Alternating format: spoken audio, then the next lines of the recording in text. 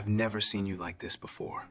She walked into his corridor naked, thinking no one would be there, but the mafia boss who had sworn never to touch her couldn't look away. What neither of them knew was that this moment would change both their lives forever. Welcome to my library. I'm Lena, and our story is just beginning.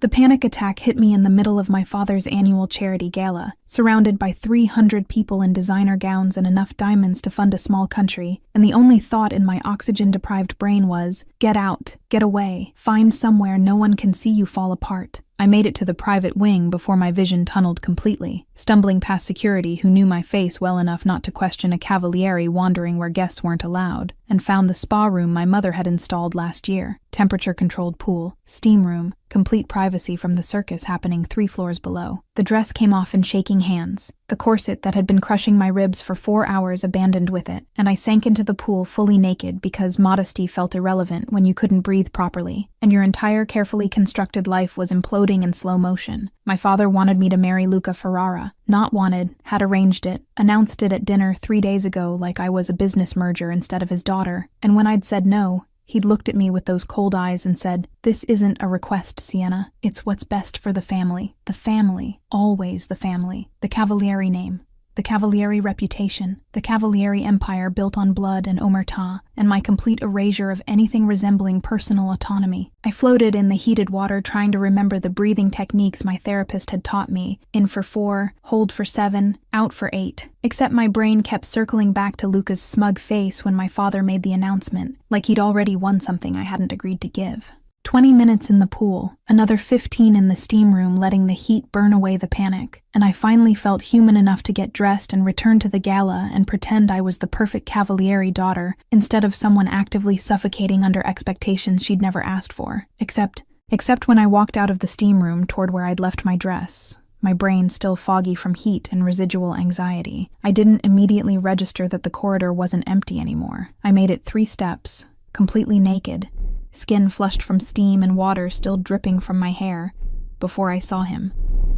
Christian Rossi stood at the far end of the marble corridor, 30 feet of Italian stone between us, and I watched him freeze mid-step when he saw me, his expression shifting from neutral to something I couldn't quite identify, before he locked it down with the kind of control that had made him the youngest Don in the city's history. Time stopped. Actually stopped. The world narrowing to just this. Me standing there utterly exposed, him staring at me with eyes so dark they looked black in the low lighting, and the awful realization that I was naked in front of the one man I absolutely could not be naked in front of. "Fuck," I said, the word coming out breathy and horrified, and I watched his jaw tighten at the sound of my voice. He moved before I could, turning away with deliberate precision, his hand already reaching for his suit jacket, and he shrugged out of it without looking at me, holding it out in my direction while keeping his eyes firmly fixed on the opposite wall. "Take it," he said, his voice rougher than usual, carrying an edge I'd never heard before. I should have thanked him, should have grabbed the jacket and covered myself and maybe died of embarrassment, but my brain had apparently short-circuited, because all I could do was stand there frozen while he stood there not looking at me, both of us trapped in this impossible moment. "Sienna," he said,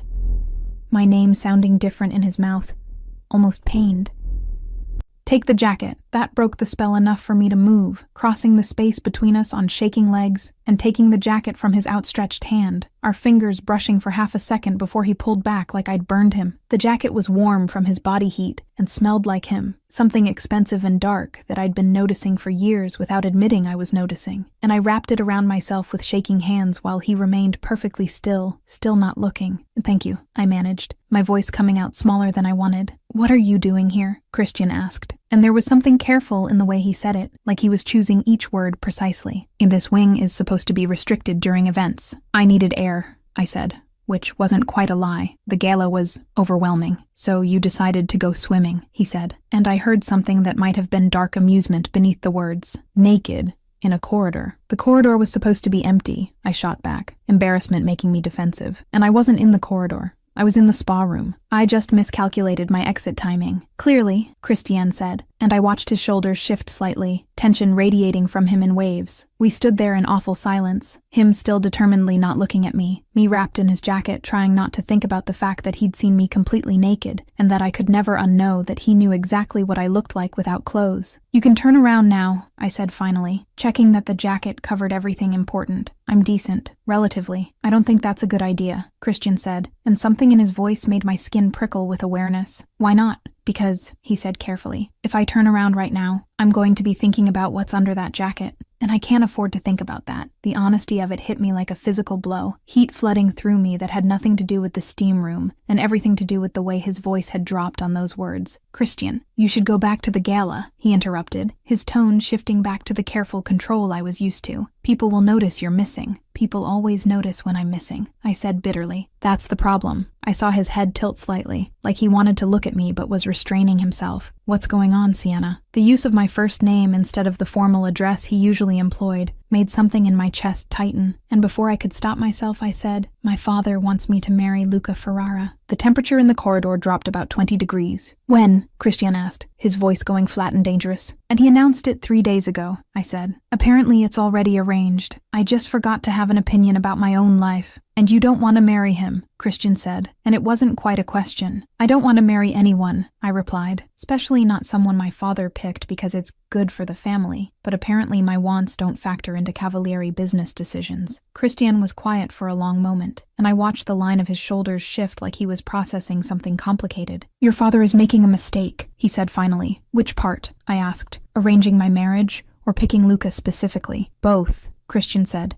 and there was steel in his voice now. "Luca Ferrara is a liability waiting to happen. He's reckless with money, careless with secrets, and too ambitious for someone with his limited capabilities. Your father should see that." "My father sees an alliance with the Ferrara shipping routes," I said tiredly. "That's all that matters." "That's not all that matters," Christian corrected, and I heard frustration bleed into his tone. "You matter. Your future matters. Whether you're happy matters." The words hit harder than they should have, and I felt tears burn behind my eyes that I absolutely refused to let fall. "Not here. Not in front of him." "Why do you care?" I asked, and the question came out more vulnerable than intended. Christian finally turned around. His eyes met mine across the 5 feet of space between us, and I saw something in them that made my breath catch, heat and restraint, and something darker that looked almost like longing. "That's a dangerous question," he said quietly, with a more dangerous answer. "Tell me anyway," I said, because apparently nearly dying of embarrassment had destroyed my sense of self-preservation. "Because," Christian said, his voice dropping lower,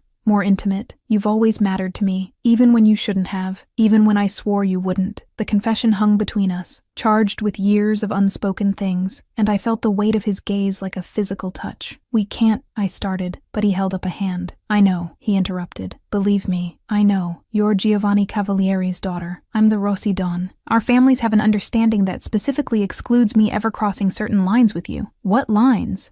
I asked, my heart hammering. "All of them," Christian said bluntly. "Your father and mine made an agreement years ago, before I took over. You're protected. Sienna, protected means untouchable. Protected means I don't get to look at you the way I want to look at you. Don't get to think about you the way I constantly think about you. And definitely don't get to see you naked in corridors even when the universe apparently has a sense of humor. And I should have been offended by the idea of being protected, like I was property. But all I could focus on was the part where he thought about me constantly, wanted to look at me differently, was fighting restraint as hard as I suddenly was. And what if I don't want to be protected? I asked. The words reckless and dangerous and entirely honest. Something flared in Christian's eyes, hot and predatory, before he controlled it. Then you'd still be protected, because I gave my word, and I don't break my word, even if I asked you to, especially then, he said, but his voice had gone rough again. Sienna, you need to go back to the gala. You need to put on your dress, return my jacket, and pretend this never happened. What if I can't pretend? I challenged. Then we're both in trouble, Christian said, and I heard the truth of it beneath the careful control. Because I've spent 5 years pretending I don't notice everything about you, and seeing you like this just made that approximately 1,000 times harder. 5 years, I repeated, my brain catching on that number. You've been noticing me for 5 years, since you were 20, and came home from university for your father's birthday party wearing that red dress, Christian admitted, and he looked almost angry at himself for saying it. You laughed at something your brother said and the whole room lit up, and I realized I was completely fucked because I wanted you and I could never have you. The honesty was devastating, and I took a step toward him without thinking. Watching him tense like my proximity was physically painful. "Don't," he said, holding up a hand. "Don't come closer. I'm barely holding on to my control as it is." "Maybe I don't want you to have control," I said, surprising myself with the boldness. "Maybe I don't have a choice," Christian countered. "Your father would kill me, actually kill me, and I'd deserve it for breaking my word." "My father is trying to marry me off to Luca Ferrara," I said, anger making my voice sharp. "So forgive me if I don't particularly care about what my father wants right now." "Sienna, I should go," I interrupted, because this conversation was heading somewhere dangerous, and I wasn't sure either of us could handle where it would end up. "Thank you for the jacket, and for not looking." "Mostly, I looked," Christian admitted, and my stomach flipped. Not deliberately, but I looked. "And I'm going to be thinking about what I saw for a very long time, which is a problem I'll have to deal with later." "Is that a warning?" I asked. "It's a promise," he replied. "Things just changed between us and Sienna, whether we want them to or not." "What if I do want them to?" I asked quietly. Christian stared at me for a long moment, and I saw him war with something before he spoke. "Then we're both about to make some very complicated decisions," he said. "But not tonight. Tonight you go back to the gala, smile at the right people, and think about what you actually want. Because if you decide you want this," he gestured between us, "then there's no going back. You understand that?" "I understand," I said, even though I wasn't sure I understood anything except that the air between us had shifted into something electric and dangerous and impossible to ignore. "Good," Christian said, pulling out his phone. "I'm clearing this wing for the next 15 minutes. Get dressed, compose yourself, and return to the party. We never saw each other tonight." "We didn't?" I asked. "We didn't," he confirmed, but his eyes told a different story. "And Sienna, if your father pushes the Luca situation, tell him you need time. Buy yourself space to think. Don't agree to anything you're not ready for." "Why do you care?" I asked again. "Because," Christian said, his voice going soft in a way that made my chest ache, "someone should care about what you want, even if I can't be the one to give it to you." He left before I could respond, disappearing down the corridor with that predatory grace, and I stood there wrapped in his jacket that still smelled like him, trying to process what had just happened. I'd walked into a corridor naked. Christian Rossi had seen me, and something fundamental had shifted between us that I didn't think either of us could undo, even if we tried. Honestly, she had a panic attack, went swimming naked. The man she's forbidden to touch saw everything and admitted he's wanted her for 5 years, barely managing to control himself. Is there a better moment for that to happen? I don't think so. This is the slowest burn, already starting at maximum temperature, and I know you love it. Chapter 2. Pretending. I made it back to my room, got dressed in a spare gown I kept for emergencies, black silk that my mother said made me look too severe, but I loved anyway, and stared at myself in the mirror, trying to figure out if I looked like someone who'd just been seen naked by a man who'd admitted to wanting her for 5 years.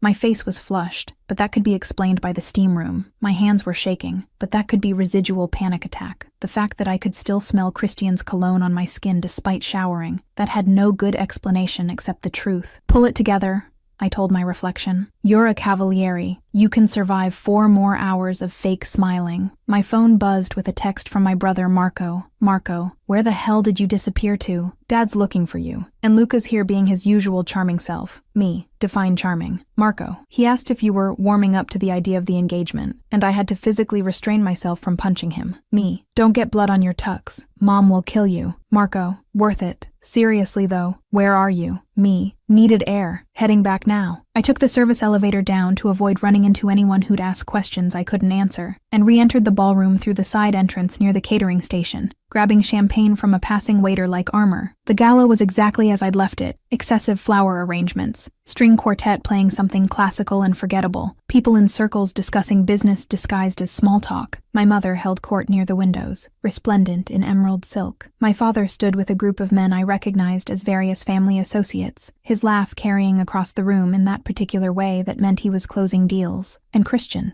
stood near the bar with a woman I didn't recognize, tall and stunning in red, her hand on his arm while she laughed at something he'd said, and I felt something hot and ugly twist in my chest that I absolutely refused to identify as jealousy. "There you are." Marco appeared beside me, following my gaze. "Ah, you've noticed Christian's new shadow." "I haven't noticed anything," I said, taking a long drink of champagne. "Right," Marco said.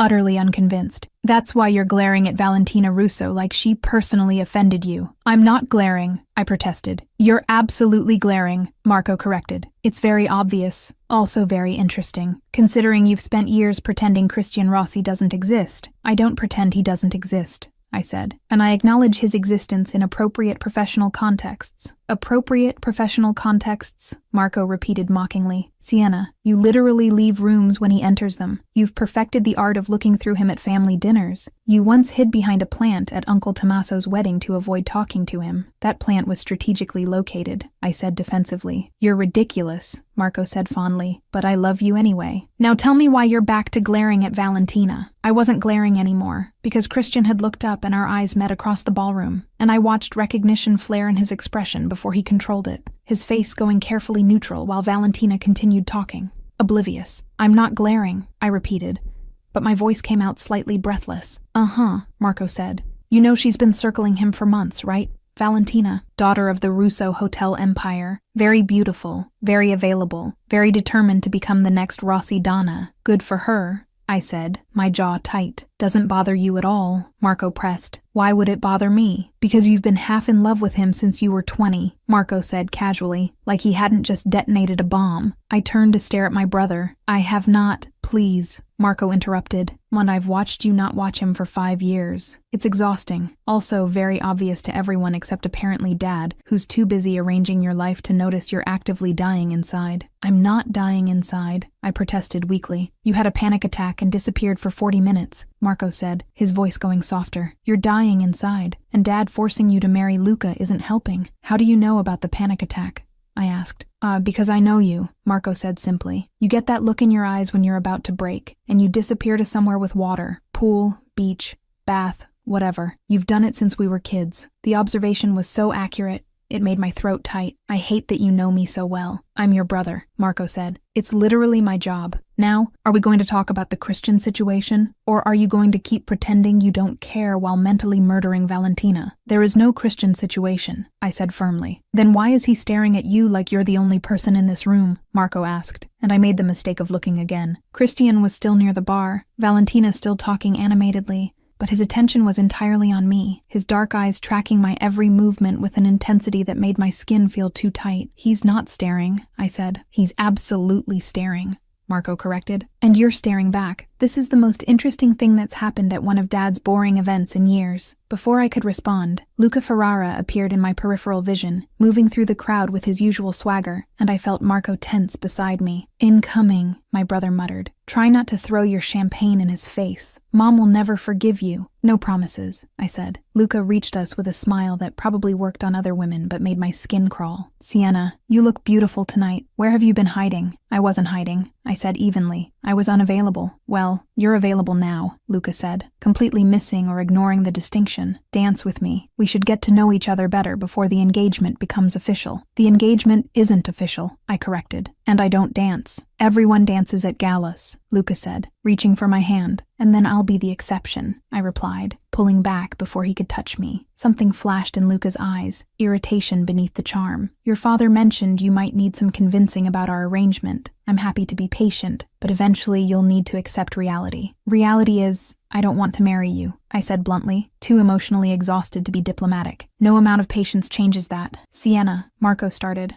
warning in his tone. It's fine, Luca interrupted, though his smile had gone sharp. She's spirited. I like that. Makes things more interesting. I'm not a horse to be broken, I said, anger making my voice cold. Oh, and you're not interesting. You're insufferable. Luca's expression darkened, and I saw Marco shift slightly, positioning himself between us. But before the situation could escalate further, a voice cut through the tension. Sienna, your mother is asking for you. Christian had materialized beside us with that eerie silence powerful men seemed to cultivate, and I watched Luca's entire demeanor shift from aggressive to cautious in the space of a heartbeat. Christian, Luca said, forcing casualness. Didn't see you there. Clearly, Christian replied, his tone flat. Sienna, it wasn't quite a question, more an offer of escape, and I took it gratefully. Excuse me, I said to Luca without looking at him, and let Christian guide me away with his hand hovering near my lower back, but not quite touching, maintaining propriety while everyone watched. My mother isn't actually asking for me, Is she? I said quietly when we were out of Luca's earshot. No, Christian admitted, but you looked like you were about to say something that would make your father's political situation complicated, so I intervened. My hero, I said dryly. Hardly, Christian replied. More like damage control. Luca's father controls the southern shipping routes. Your father needs that alliance. You punching Luca in the face, which you absolutely looked ready to do, would complicate things. I wasn't going to punch him, I protested. Your brother was, Christian observed, which would have been equally problematic. We'd reached a quieter corner near the garden doors, far enough from the main crowd that we could talk without being overheard, and I turned to face him properly for the first time since the corridor. Thank you, I said, for the rescue. Even if it was just damage control. It wasn't just damage control, Christian said, and his voice dropped lower. I don't like the way he looks at you. How does he look at me? I asked. Like you're something he owns, Christian replied, and there was steel beneath the words. Like your refusal is just an obstacle to work around instead of an actual answer. Welcome to my life, I said bitterly, where my opinions are suggestions, and my father makes all actual decisions. That's not sustainable, Christian said. Tell that to Giovanni Cavalieri, I replied. See how far it gets you. I might, Christian said, surprising me. If the alternative is watching you get forced into something that makes you miserable, why would you do that? I asked. It's not your problem. Because, Christian said, his eyes finding mine with that same intensity from the corridor, I told you I gave my word about certain lines I wouldn't cross. I never said I'd stand by and watch you get hurt. That's a dangerous distinction, I said, echoing his words from earlier. It's an important one, he corrected. And then Valentina appeared, her smile bright and possessive as she slipped her arm through Christian's. And there you are, she said, completely ignoring me. You disappeared. I was telling you about the charity auction next month and you just vanished. I apologize, Christian said smoothly, though I noticed he didn't pull away from her touch. I had business to handle. Business, Valentina repeated, finally seeming to notice my existence. Oh, hello, Sienna. You look lovely tonight. That dress is very severe. Thank you, I said with false sweetness. Severe is what I was going for. How unique, Valentina replied, and I couldn't tell if she was being genuine or subtly insulting. Christian, we should get back. Your mother wanted to introduce me to someone. Of course, Christian said, and I watched him shift back into perfect propriety, the moment between us dissolving like it had never existed. Sienna, give your mother my regards. He left with Valentina attached to his arm like an accessory, and I stood there trying not to watch them go, trying not to notice how easily he walked away, trying not to care that she got to touch him casually while I was forbidden from even being too close. That looked painful, Marco said, reappearing with fresh champagne. I have no idea what you're talking about, I said, accepting the glass. Right, Marco said. Because you definitely weren't imagining creative ways to make Valentina disappear. I don't know her well enough to imagine her disappearance, I said primly. But you'd like to, Marco observed. Shut up, I said without heat. This is going to be a disaster, my brother said cheerfully. You, Christian, Valentina, Luca, Dad's political machinations. It's like watching a very expensive train wreck in slow motion. Thank you for that comforting assessment, I said dryly. Any time, Marco replied. For what it's worth, Christian looked ready to murder Luca when he grabbed at you. He didn't grab at me, I corrected. He reached. There's a difference. Not to Christian, apparently, Marco said. Seriously, Sienna, what happened between you two? You've been weird all night, and he's been watching you like you're about to disappear. Nothing happened, I lied. You're a terrible liar, Marco observed. I'm an excellent liar, I corrected. You just know me too well. So something did happen, Marco pressed. Drop it, I said, finishing my champagne. Please, Marco, just drop it. My brother studied me for a long moment, then nodded. Okay, dropped. But Sienna, whatever's going on, be careful. Christian Rossi might be a good man by Mafia standards, but he's still a Don, and you're still a Cavalieri. That's a complicated equation. I know, I said quietly, watching Christian across the ballroom, laughing at something Valentina said while his eyes tracked my movements. Believe me, I know, but knowing something was complicated didn't make wanting it any less consuming, and I was starting to realize I wanted Christian Rossi more than I'd ever wanted anything in my carefully controlled life, which was absolutely, definitely, catastrophically going to be a problem. She's shooting furious looks at Valentina. Her brother knows she's been half in love with Christian for years. Luca is being disturbingly possessive. Christian rescued her and admitted he doesn't like the way Luca looks at her. And now she's watching him with another woman while burning with jealousy. She refuses to admit. The intensity is intensing. Chapter 3. Professional distance. I made it through the rest of the gala by drinking exactly enough champagne to be numb but not sloppy, avoiding both Luca and Christian with equal determination, and perfecting the art of looking engaged in conversations I wasn't actually listening to. By the time the last guests left around 2 a.m., I was exhausted in ways that went beyond physical, and I retreated to my childhood bedroom in my father's house because driving home felt impossible. Sleep didn't come easy. Every time I closed my eyes, I saw Christian's expression when he'd seen me in that corridor, the way his jaw had tightened, the rough edge to his voice when he'd admitted thinking about me for 5 years, and I felt heat flood through me that had absolutely no business existing given our circumstances. My phone buzzed at 3 a.m. with a text from an unknown number. Unknown, you looked beautiful tonight. Even in the severe black dress, my heart stopped. Me, who is this? Unknown, you know who this is. Me, Christian. Unknown, I'm saving you in my contacts under something innocuous. Family business. If anyone looks, it's work-related. Me, is this work-related? Christian, no. Me, then why are you texting me at 3 a.m.? Christian, because I can't sleep. Because every time I close my eyes, I see you in that corridor. Because I'm trying very hard to maintain appropriate distance and failing spectacularly. I stared at my phone, my pulse racing, fingers hovering over the keyboard as I tried to figure out what to say that wouldn't make this more complicated than it already was.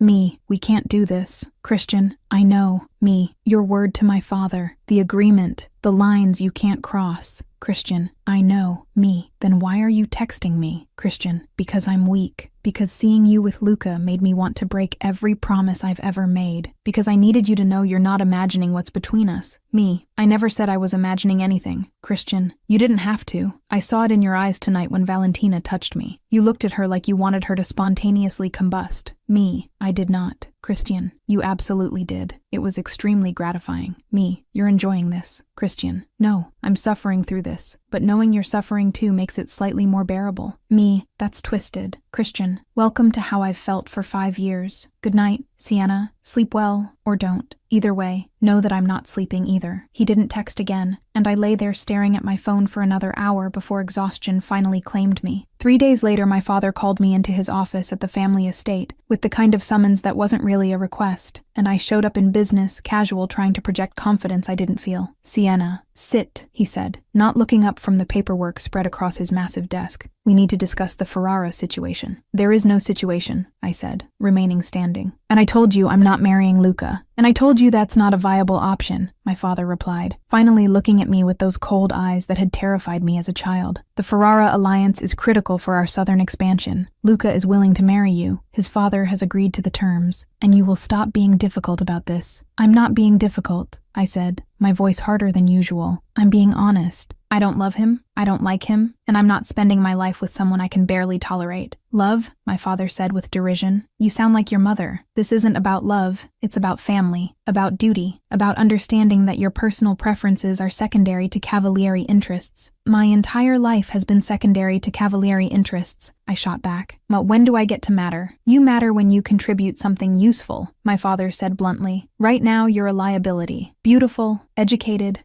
completely wasted potential because you refuse to use the one asset you have, your name and your marriageability. The words hit like physical blows, but I kept my expression neutral because showing hurt to Giovanni Cavalieri was showing weakness. I have other assets, I said carefully. My business degree, my language skills, my understanding of the family operations, all useless if you can't leverage them properly, my father interrupted. The Ferrara marriage gives us access to shipping routes that would take years to develop otherwise. That's leverage. That's useful. Your feelings about Luca are irrelevant. They're relevant to me, I said. Then you're more naive than I thought, my father replied, returning to his paperwork in a clear dismissal. The engagement will be announced in 2 weeks at the Rossi Charity Gala. I suggest you adjust your attitude by then. And if I don't, I challenged. My father looked up with an expression that made my blood run cold. Then I'll adjust it for you. You're a cavaliere, Sienna. Start acting like one. I left his office with my hands shaking and rage burning in my chest, and nearly collided with Christian, who was apparently arriving for a meeting I hadn't known was scheduled. Sienna, he said,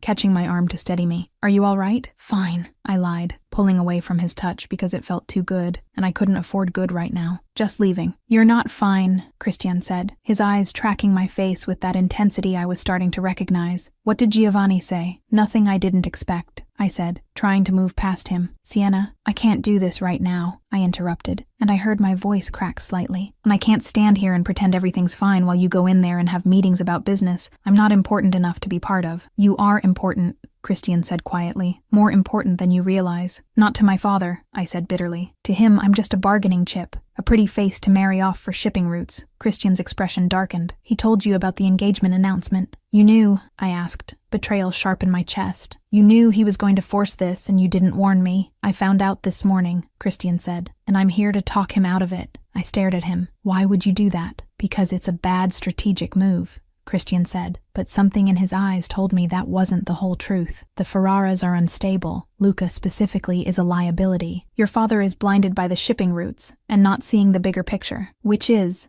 I asked, that marrying you to Luca weakens the Cavalieri position instead of strengthening it, Christian said. And I'm going to make sure Giovanni understands that before this goes any further. He won't listen to you, I said. He will if I present it correctly, Christian replied with certainty. Trust me. I barely know you, I said, even though it felt like a lie. Why would I trust you? Because I've never lied to you, Christian said simply. Because I told you someone should care about what you want, and I meant it. And because right now, I'm the only person in this house who's trying to protect your interests instead of exploit them. Before I could respond, my father's voice called from inside the office. Christian, are you planning to stand in the hallway all day or actually attend this meeting? Go, I said quietly. Do whatever you're going to do. I'll be in the garden if it matters. It matters, Christian said, and something in the way he said it made my chest tight. I escaped to the gardens before anyone else could trap me in conversations I didn't want to have, finding the secluded bench near the fountain where I'd hidden as a teenager when things got overwhelming, and tried to process the fact that my father was announcing my engagement in 2 weeks and Christian Rossi was apparently trying to stop it.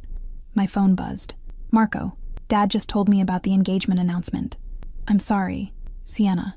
I tried to talk to him, but he's immovable on this. Me, it's fine. I'm handling it. Marco, you're not fine and you're not handling it. Where are you? Me, garden. Don't come find me. I need to think. Marco, thinking alone in the garden is how you end up having panic attacks. I'm coming. Me, Marco, please. But he was already there, appearing around the hedge with concern written all over his face and 2 coffees in his hands. You look like hell, he observed, sitting beside me and handing over a cup. Thank you. That's very comforting, I said, accepting the coffee. I'm your brother, not your therapist, Marco replied. Comfort isn't my strong suit. Brutal honesty is. Then be brutally honest, I said. Is there any way out of this? Marco was quiet for a long moment, not without consequences. If you refuse the engagement publicly, Dad will see it as betrayal. He'll cut you off, probably, and make your life extremely difficult. I can live with difficult, I said. Can you live with being disowned? Marco asked. With losing access to the family, the business, everything you've known, because that's what refusing him means. Sienna, he's not bluffing about this. So my options are marry Luca or lose everything, I said flatly. Unless someone more powerful than Dad intervenes, Marco said carefully. And someone whose opinion he actually respects.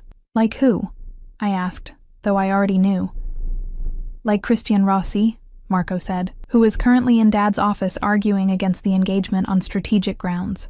How do you know that? I asked. Because I have better intel than you do, Marco replied. Also because I was outside the office when Christian arrived, and he told me specifically what he was planning to do. Which was interesting, considering he has no obligation to care about our family politics. He says it's bad strategy, I said. He says it's bad strategy, Marco agreed. But he looks at you like it's personal, which is far more interesting. He doesn't. Sienna, I love you, but you're terrible at reading obvious signals, Marco interrupted. Christian Rossi has been circling you for years with perfect propriety, maintaining exactly the right distance, being completely professional, and now suddenly he's fighting Dad about your marriage. That's not strategic, that's personal. You don't know that, I said weakly. I know he left his meeting with Dad 3 minutes ago and is currently walking toward the gardens, Marco said, standing up. And so I'm going to make myself scarce, and you're going to have whatever conversation you two clearly need to have. Marco, trust me on this, my brother said. Or don't. Either way, I'm leaving. He disappeared before I could argue, and 60 seconds later, Christian appeared, his expression tight with tension. Jacket off and tie loosened like the meeting had been difficult. How did you know I was here? I asked. Marco told me, Christian said, sitting beside me without asking permission. Very specifically told me, along with a thinly veiled threat about what would happen if I hurt you. Did he? I asked, something warm blooming in my chest. He's protective of you, Christian observed. It's admirable. Did you talk to my father? I asked. deflecting. Yes, Christian said, and I watched his jaw tighten. He's not budging on the engagement. I presented every strategic reason why it's a bad move, and he dismissed all of them. So it didn't work, I said, trying not to let disappointment show. I didn't say that, Christian corrected. I said he's not budging, but I planted seeds, made him think about the instability of the Ferrara organization, the risks of tying the Cavalieri name to theirs, the potential complications if Luca's recklessness causes problems. That doesn't stop the announcement,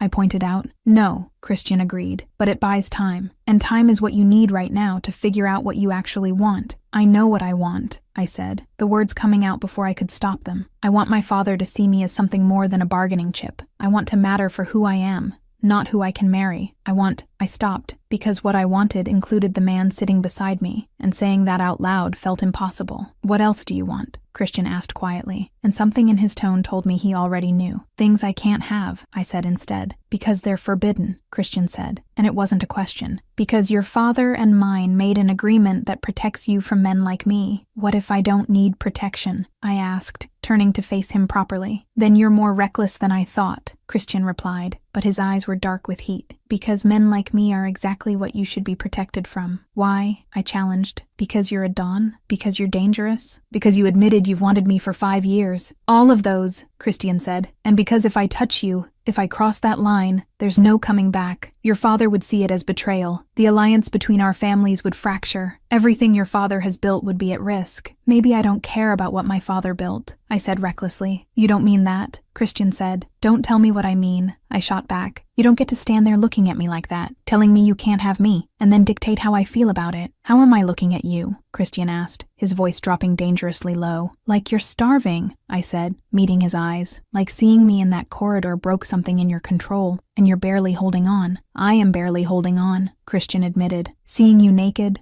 seeing Luca touch you, watching Valentina try to stake a claim I can't challenge. I'm barely fucking holding on, Sienna. The raw honesty in his voice made my breath catch, and I watched him struggle with restraint that was visibly crumbling. Then stop holding on, I said, reckless and desperate and tired of pretending. Stop fighting this. I can't, Christian said. But he'd shifted closer, close enough that I could feel his body heat.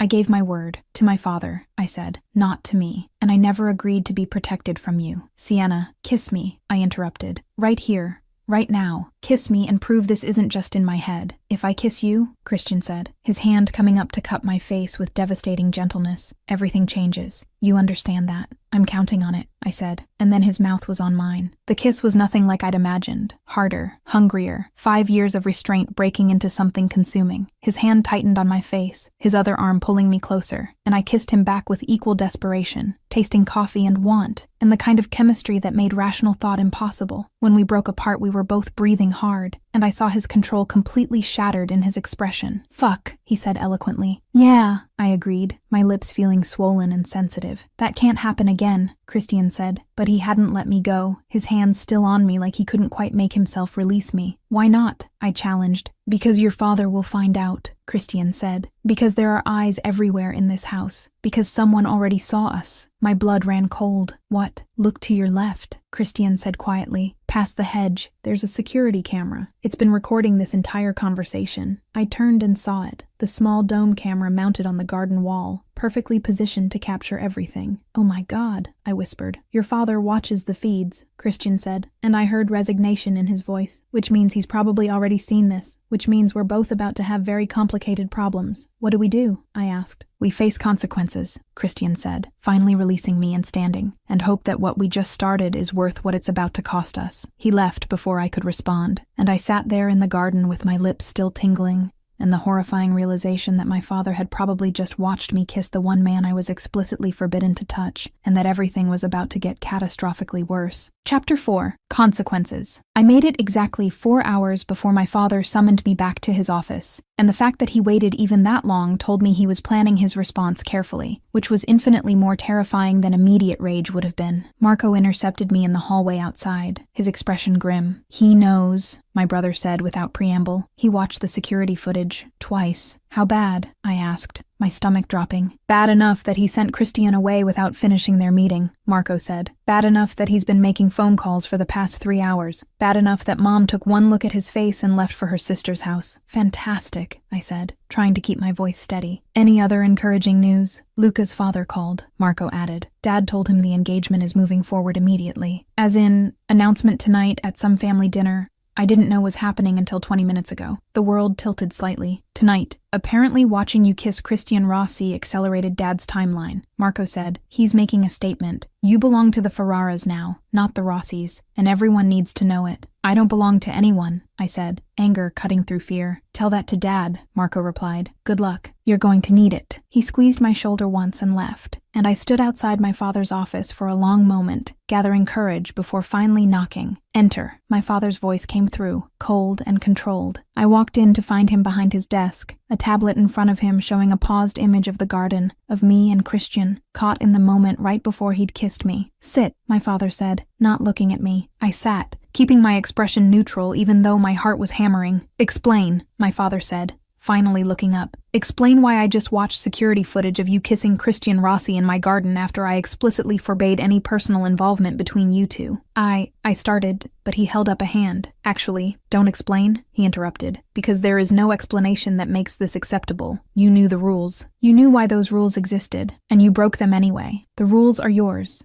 Not mine, I said, finding my voice. I never agreed to them. You didn't have to agree, my father said coldly. You're a cavaliere. That means you follow cavaliere rules whether you like them or not. Even when those rules mean sacrificing my entire life? I challenged. Your life was never yours to sacrifice, my father replied. It belongs to this family. Every choice you make reflects on us. Every relationship you pursue impacts our alliances. You don't get to be selfish about this, Sienna. Wanting to choose who I kiss is selfish? I asked incredulously. Wanting to kiss the one man specifically forbidden to you is worse than selfish, my father said. It's stupid. Do you have any idea what you've risked? The agreement between our families exists for a reason.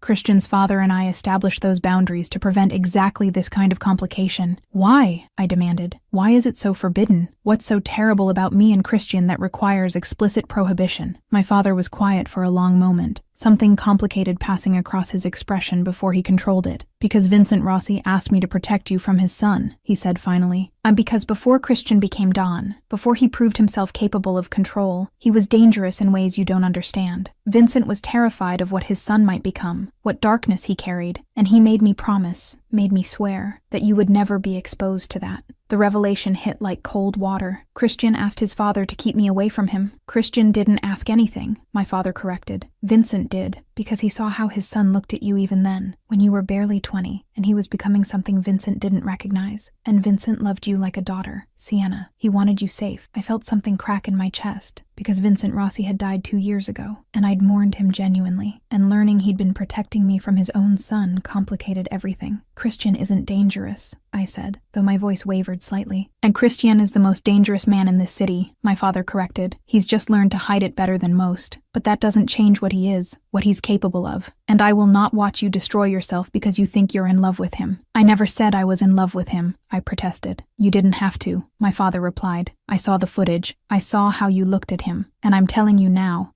as your father, that this ends today. You will attend dinner tonight. You will sit beside Luca Ferrara, and you will smile when I announce your engagement. Do you understand? And if I refuse?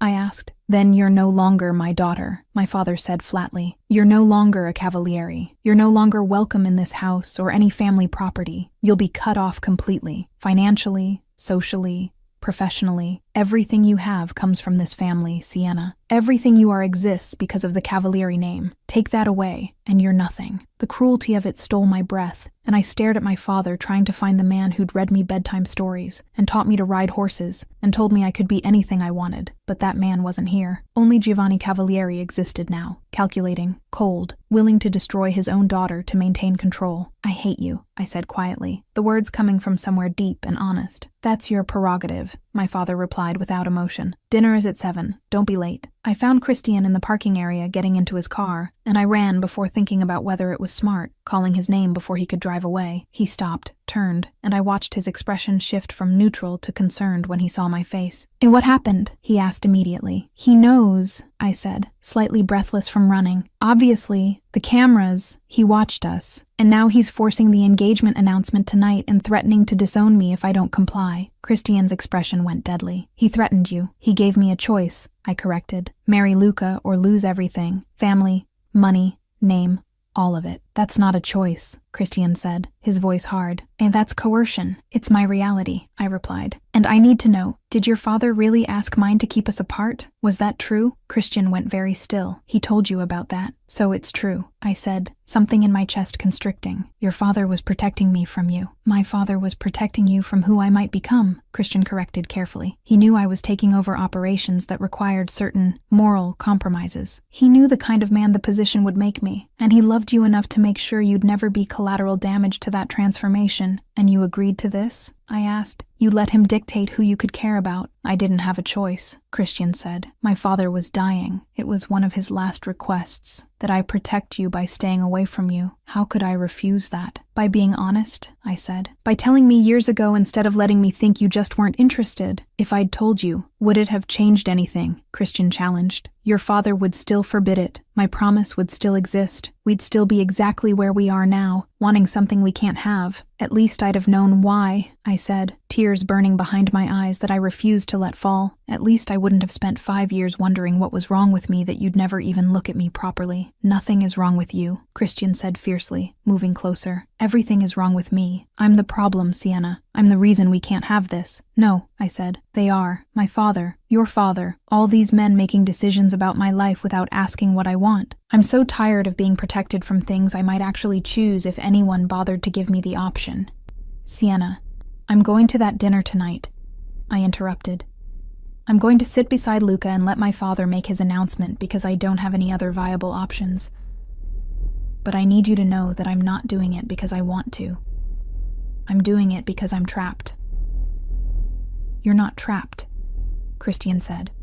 "There are always options." "Like what?" I challenged. "Run away? Live on nothing? Lose my entire family because I kissed you once in a garden? Those aren't options. Those are different versions of losing." Christian stared at me for a long moment, something painful working across his expression. "What if you didn't have to choose between your family and what you want?" he asked carefully. "That's not possible," I said.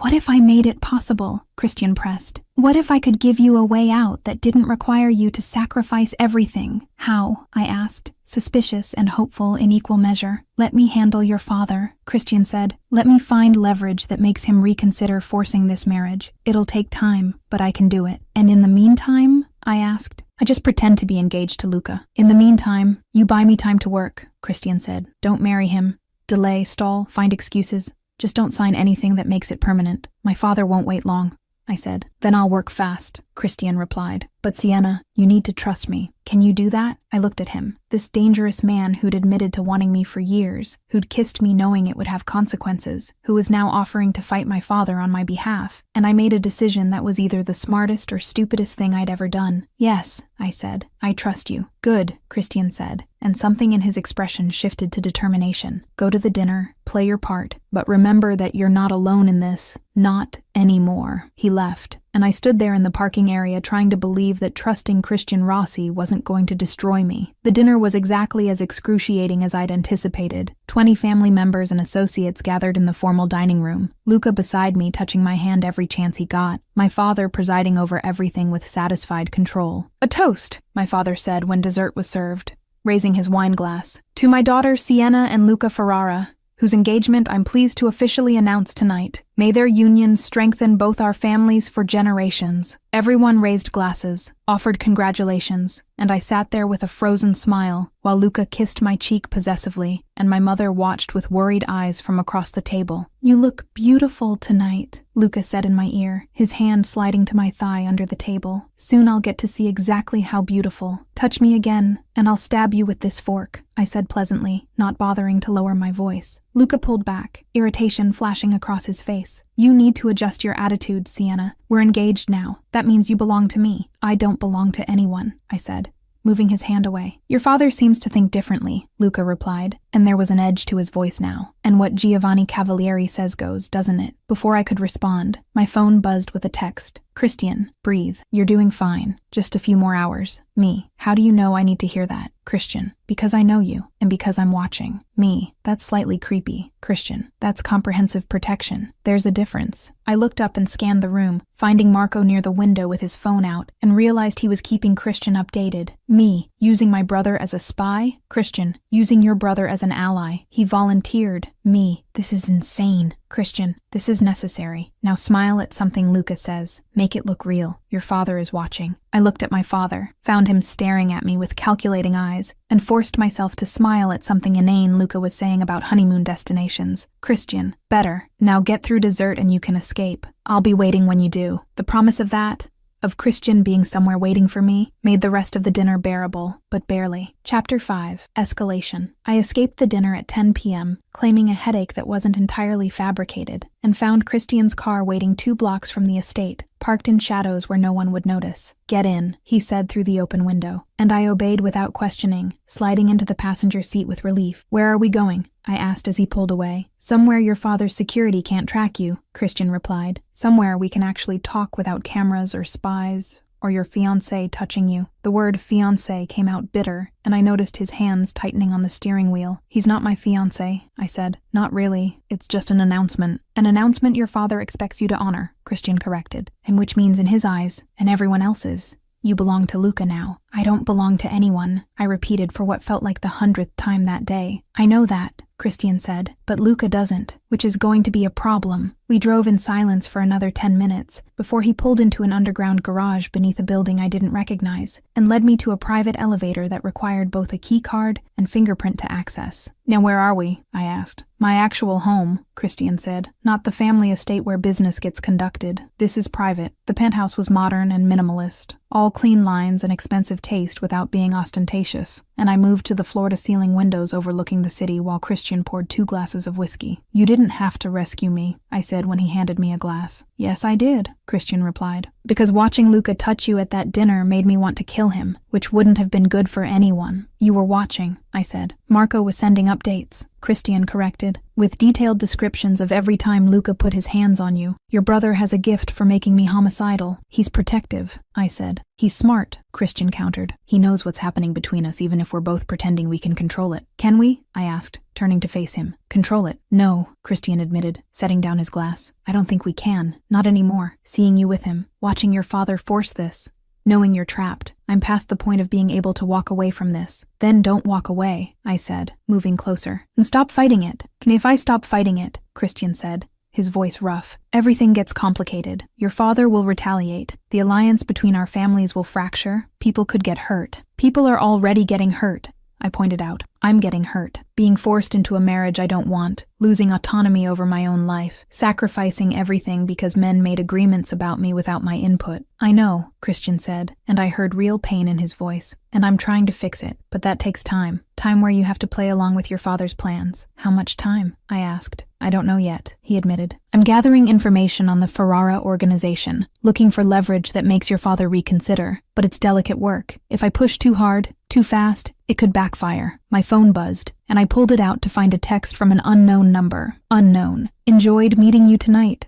Bella, looking forward to getting to know you better. Much better. L.A. Luca has your number, Christian observed, reading over my shoulder, and his voice had gone dangerous. Apparently, I said, deleting the message. My father probably gave it to him. Luca, don't delete my messages. That's rude. We're engaged now. You should be more accommodating. Luca, I know you're not actually interested. I saw how you looked at Christian Rossi at the gala, but that doesn't matter. You're mine now whether you like it or not. Ice flooded my veins, and I watched Christian read the messages, his expression going absolutely lethal. He's threatening you, Christian said flatly. He's being an asshole, I corrected. There's a difference. Not to me, Christian replied, taking my phone and typing a response before I could stop him. Me, this is Christian Rossi. If you text Sienna again with anything remotely inappropriate, you'll regret it. Cram, you can't do that, I protested, grabbing for the phone. I just did, Christian said, holding it out of reach, and he needed to know there are consequences for harassing you. My phone immediately started ringing, Luca calling back, and Christian answered on speaker. What the fuck, Rossi? Luca's voice came through angry and slightly panicked. You have no right to answer Sienna's phone. I have every right when you're sending her threatening messages, Christian replied, his voice deadly calm. Back off, Luca. This is your only warning. She's my fiancée. She's Giovanni's daughter,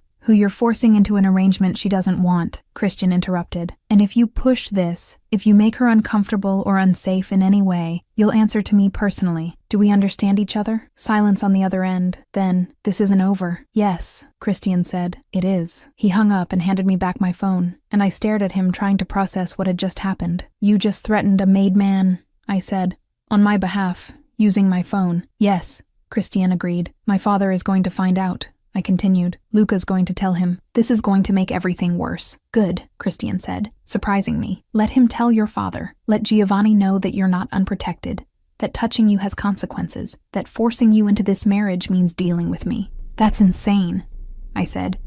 You're starting a war over me. I'm preventing one, Christian corrected.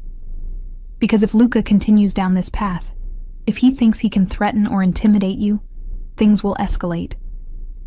Better to draw the line now. Make it clear you're not an easy target. I'm not a target at all, I protested. I'm just trying to survive my father's political machinations. You became a target the moment your father announced that engagement, Christian said, because now everyone knows you're valuable, vulnerable, and being used as a pawn. That makes you currency in a game you didn't ask to play. The words chilled me because they were true, because I'd never thought about it that way, but absolutely should have. So what do? I asked. You let me protect you, Christian said. You stay here tonight where it's safe. You don't go home alone, and you don't engage with Luca until I've handled him. Handle him how? I asked warily. However I need to, Christian replied, and something in his expression reminded me exactly who I was talking to. Not just a man I was attracted to, but a Don who'd built power on calculated violence. I don't want you to hurt him, I said carefully. I won't hurt him unless he makes it necessary, Christian said. But Sienna, you need to understand something. I've spent 5 years keeping my distance, maintaining propriety, honoring agreements made by dead men. But the moment your father forced this engagement, the moment Luca started treating you like property, all of that ended. I'm not walking away anymore. I'm not pretending I don't care. And I will do whatever it takes to keep you safe, even if that means war. The declaration hung between us, fierce and absolute, and I felt something in my chest crack open, because someone was finally fighting for me, instead of just deciding my fate. Thank you, I said quietly. Don't thank me yet, Christian replied. Thank me when this is over and you're free. My phone buzzed again. My father this time. Dad. Luca called, extremely upset. Christian Rossi answered your phone. Explain. Now. He already knows, I said, showing Christian the message. Then we deal with it, Christian said calmly. Together. You're not facing him alone anymore. And standing there in his penthouse with the city spread below us,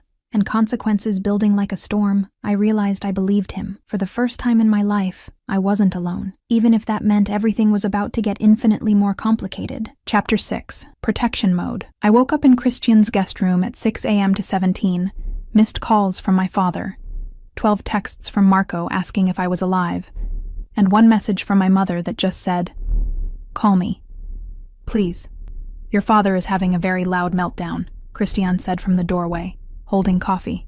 I can hear him yelling through the phone from here. How long has he been calling you?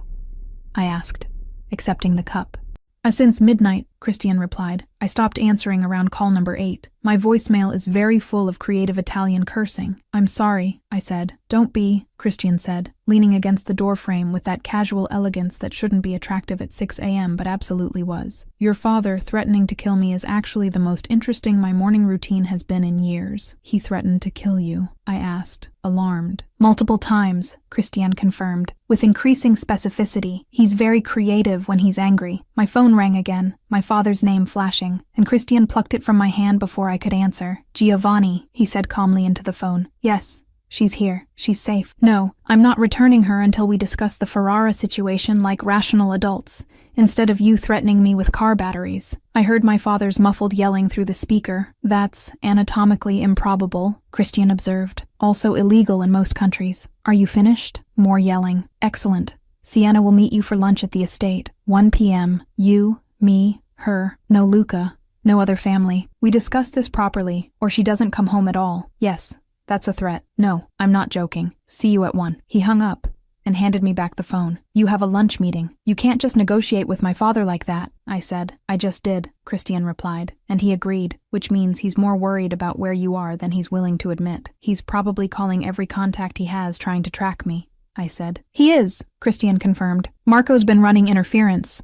Your brother is surprisingly good at misdirection. My phone buzzed with a text from Marco. Marco, Dad thinks you're at a spa in the countryside having a breakdown. I may have hacked the security system to show your car leaving toward the mountains at 4 a.m. You're welcome. Also, Christian Rossi's coffee is amazing. Can I live here too? Marco's here? I asked. He showed up at midnight demanding to know if you were safe, Christian said. I gave him coffee and access to my security systems. He's been having the time of his life. I found my brother in Christian's office surrounded by monitors, eating pastries and looking delighted. This is the best espionage setup I've ever seen, Marco said by way of greeting. Did you know Christian has live feeds from half the major buildings in the city? It's beautiful. I'm in love. You're supposed to be sleeping, I said. Sleep is for people who aren't covering for their sister's forbidden romance, Marco replied cheerfully. Speaking of which, Valentina Russo has called Christian 43 times since midnight. I've been declining them. It's very satisfying. 43 times, I repeated, something unpleasant twisting in my chest. She's persistent, Marco said. Also probably suspicious. You disappear. Christian disappears. Suddenly he's not answering her calls.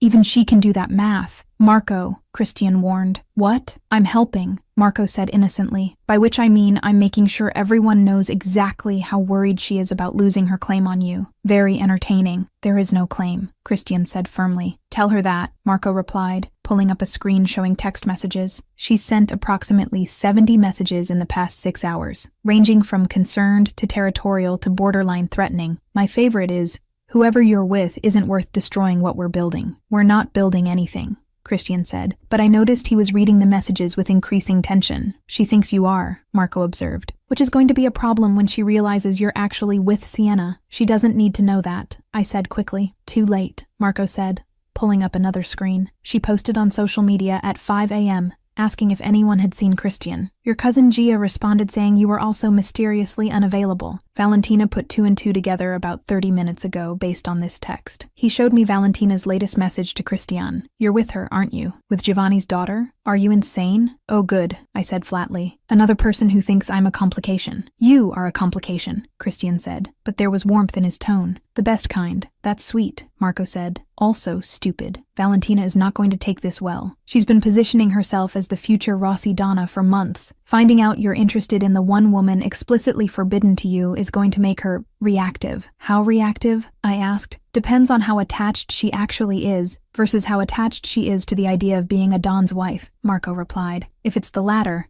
she'll back off gracefully. If it's the former, she'll make your life extremely difficult. My phone rang. Valentina, calling me directly. Don't answer that, Christian said immediately. She's going to know I'm avoiding her, I pointed out. Good, Christian replied. Let her know. Let everyone know. I'm done pretending. That's very romantic and also strategically terrible, Marco observed. But I support it emotionally. I answered the call before Christian could stop me. Hello, Sienna? Valentina's voice came through, syrupy sweet with an edge of steel. I'm so glad I caught you. I heard you weren't feeling well last night. Are you feeling better? Much better, I said carefully. Thank you for asking. Wonderful, Valentina said. I was hoping we could have lunch today. Girl talk. There's so much happening with your engagement to Luca, and I thought we should catch up properly. Just us. It wasn't a request. It was a challenge, and I heard the subtext clearly. I know something is happening, and we're going to discuss it. I have plans today, I said. Cancel them, Valentina replied, the sweetness dropping slightly. This is important. There are things you should know about certain situations before you make decisions you'll regret. Meaning, I asked, even though I knew exactly what she meant. Meaning Christian Rossi is not who you think he is, Valentina said bluntly.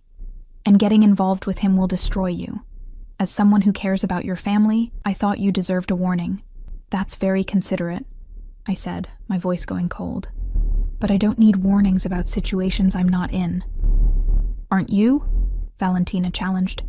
Because from where I'm standing, you disappeared the same night he did. Neither of you are answering calls, and suddenly your father is threatening war. That seems like a situation to me. My father is always threatening war, I said. It's his hobby. Don't play stupid, Sienna, Valentina snapped, the mask slipping entirely. I've spent months building something with Christian. I'm not letting Giovanni Cavalieri's spoiled daughter ruin that, because she's bored with her arranged marriage. I'm not spoiled, I said, anger making my voice sharp. And I'm not trying to ruin anything, but I'm also not discussing my personal life with someone I barely know. You're making a mistake, Valentina said. Christian doesn't do relationships. He does arrangements. power plays, strategic alliances. Whatever you think is happening between you two, it's not real. It's just convenient rebellion against your father. Are you done? I asked coolly. No, Valentina said, but I will be after lunch. Noon. Russo Hotel Restaurant. Don't make me come find you, Sienna. You won't like what I have to say in public. She hung up, and I stared at my phone trying to process the fact that I'd just been threatened by someone I'd met exactly twice.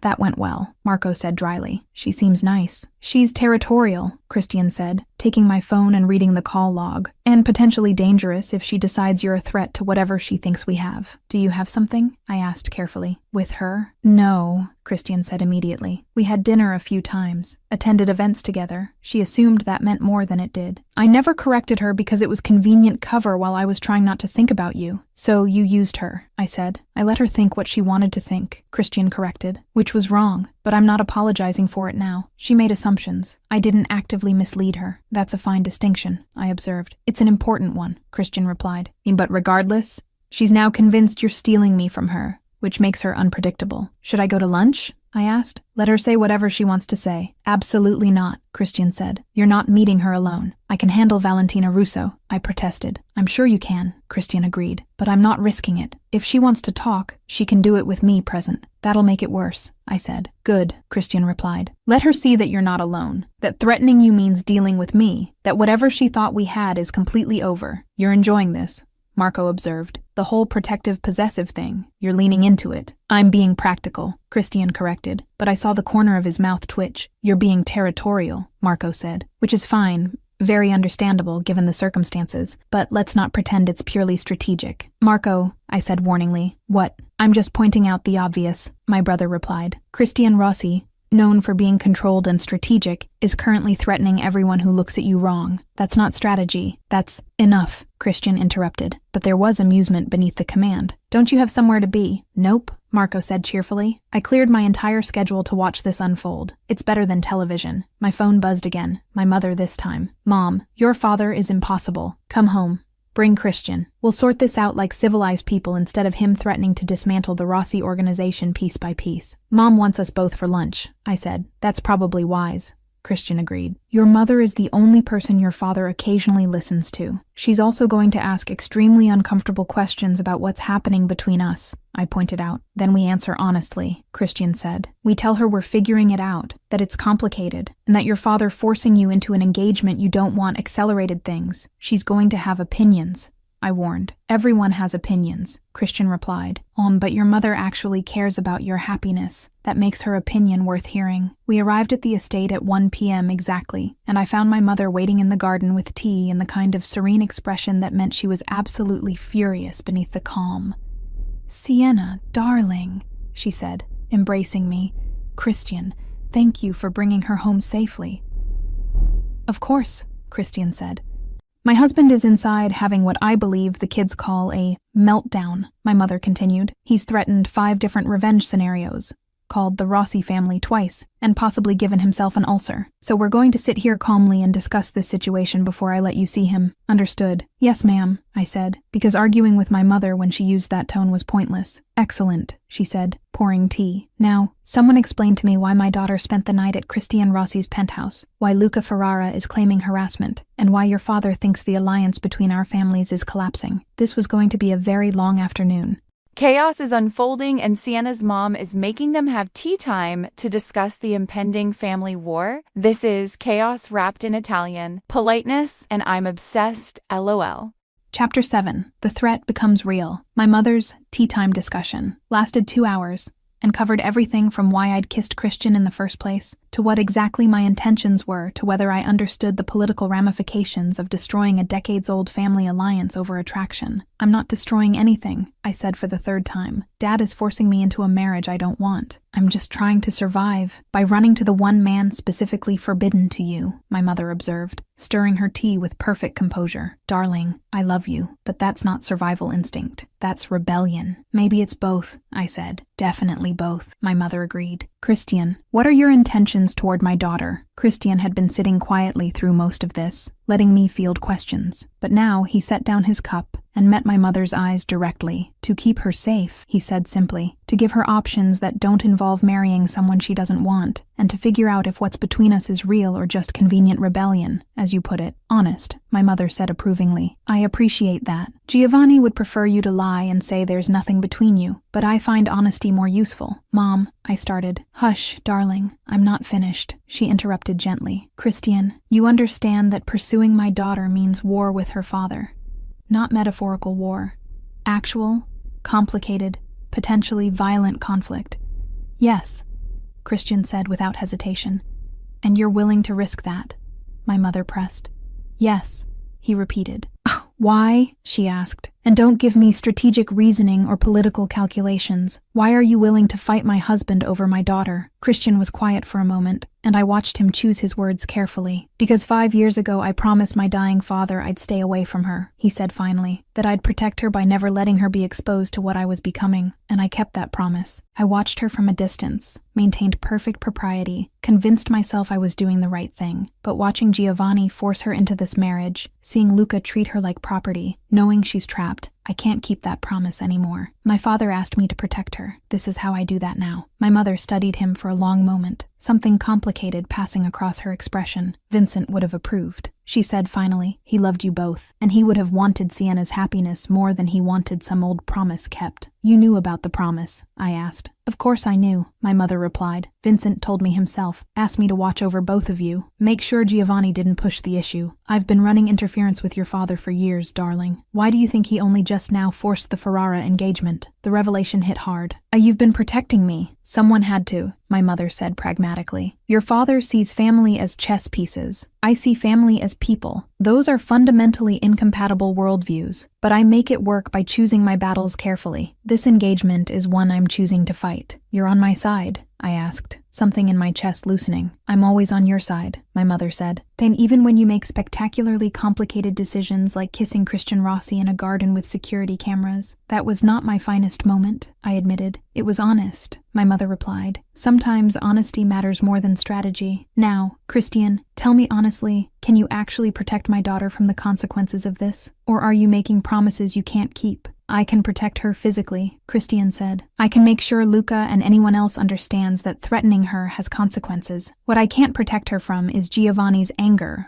or the social fallout of defying him. Those she'll have to navigate herself. With support, I clarified, looking at him. With support, Christian agreed. Good, my mother said, standing gracefully. Then let's go face Giovanni before he gives himself a heart attack. Fair warning, he's going to say terrible things designed to make you both question this decision. Don't let him. He's blustering because he's losing control, and losing control terrifies him. We followed her into the house, and I heard my father before I saw him, his voice carrying from his office in angry Italian that I caught maybe half of. He's on the phone with Luca's father, my mother said calmly, probably renegotiating terms. He does this when he's stressed. Should we wait? I asked. Absolutely not, my mother replied. Waiting gives him time to build defenses. We're going in now while he's still emotionally reactive. She pushed open the office door without knocking, and my father looked up mid-sentence, his expression shifting from angry to absolutely furious when he saw Christian beside me. I'll call you back, he said into the phone, then stood slowly. You have some nerve showing up here. You invited me, Christian replied evenly. Well, demanded. Same thing. I demanded you return my daughter, my father corrected. Not escort her in like you have any right to be here. He has every right, I said, before my mother could intervene. I asked him to come. We're having this conversation together or not at all. You don't make demands in my house, my father said coldly. Then I'll leave, I replied, already turning. And you can explain to Luca why your daughter disappeared instead of honoring the engagement you forced on her. Sienna, my father started. No, I interrupted. You threatened to disown me. You forced an engagement I explicitly refused. You gave my phone number to a man who sends threatening texts. So now you get to choose, Dad. You can have a conversation where you treat me like an adult with agency, or you can have a missing daughter and a very angry Don's family asking uncomfortable questions about where I went. My father stared at me like he'd never seen me before, and I watched him recalculate whatever strategy he'd been planning. Sit, he said finally, gesturing to the chairs. All of you. We sat, and for a moment no one spoke, tension thick enough to choke on. The engagement to Luca stands, my father said finally. This isn't negotiable, Sienna. The contracts are already being drawn up. Then tear them up, I said, because I'm not signing anything. You'll sign or you'll be cut off completely, my father said. No money, no family support, no Cavalieri name. You'll be alone. She won't be alone, Christian said quietly, and every head turned toward him. If you disown her, she has resources. She has support. She has me. You, my father said with derision. You think I'm going to let you waltz in and steal my daughter because you've suddenly decided promises don't matter. I think you're going to recognize that forcing Sienna into a marriage she doesn't want makes you the problem, not me, Christian replied.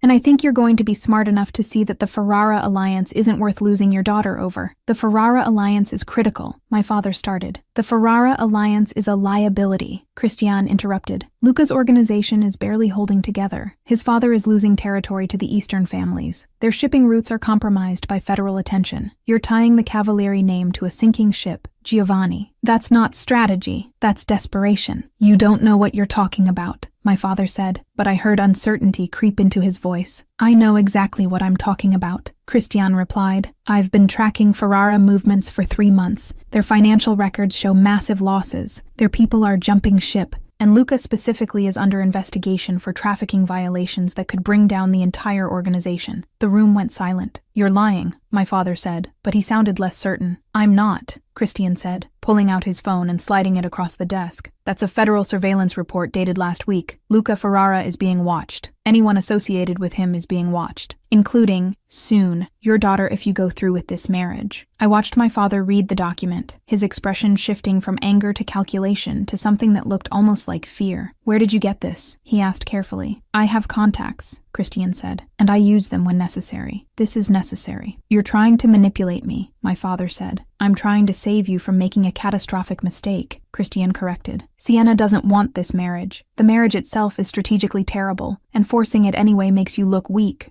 not strong. Every family in this city will see it as desperation, not power. My father was quiet for a long time, staring at the phone, and I watched him wrestle with pride and pragmatism. Even if what you're saying is true, he said finally, backing out now makes me look indecisive. I announced the engagement publicly. Canceling it means losing face, or it means you received new intelligence that changed the strategic calculus, my mother said smoothly. That's not indecisive, that's adaptive. You call Ferrara senior, explain that circumstances have changed, and you delay the marriage pending further review. No one loses face. Everyone saves dignity. And what about Christian? My father asked, his eyes finding mine. What about the promise Vincent made me keep? About protecting you from his son. Vincent's dead, I said quietly, and the promise was about protecting me from what Christian might become. But he's become someone worth knowing, someone who fights for people instead of just controlling them, someone who gave me choices when you tried to take them all away. You're in love with him? My father said, and it wasn't a question. I don't know yet, I admitted honestly, but I'd like the chance to find out without being forced into marrying someone else. My father looked between me and Christian, something complicated working across his expression, before he sighed heavily. 1 month, he said finally. I'll delay the engagement for 1 month. Tell Ferrara Sr. we need more time for negotiations. But Sienna, if in 1 month you haven't figured out what you want, if this situation with Christian hasn't resolved itself, then we revisit the Ferrara alliance. Understood? It wasn't perfect, but it was more than I'd expected. Understood,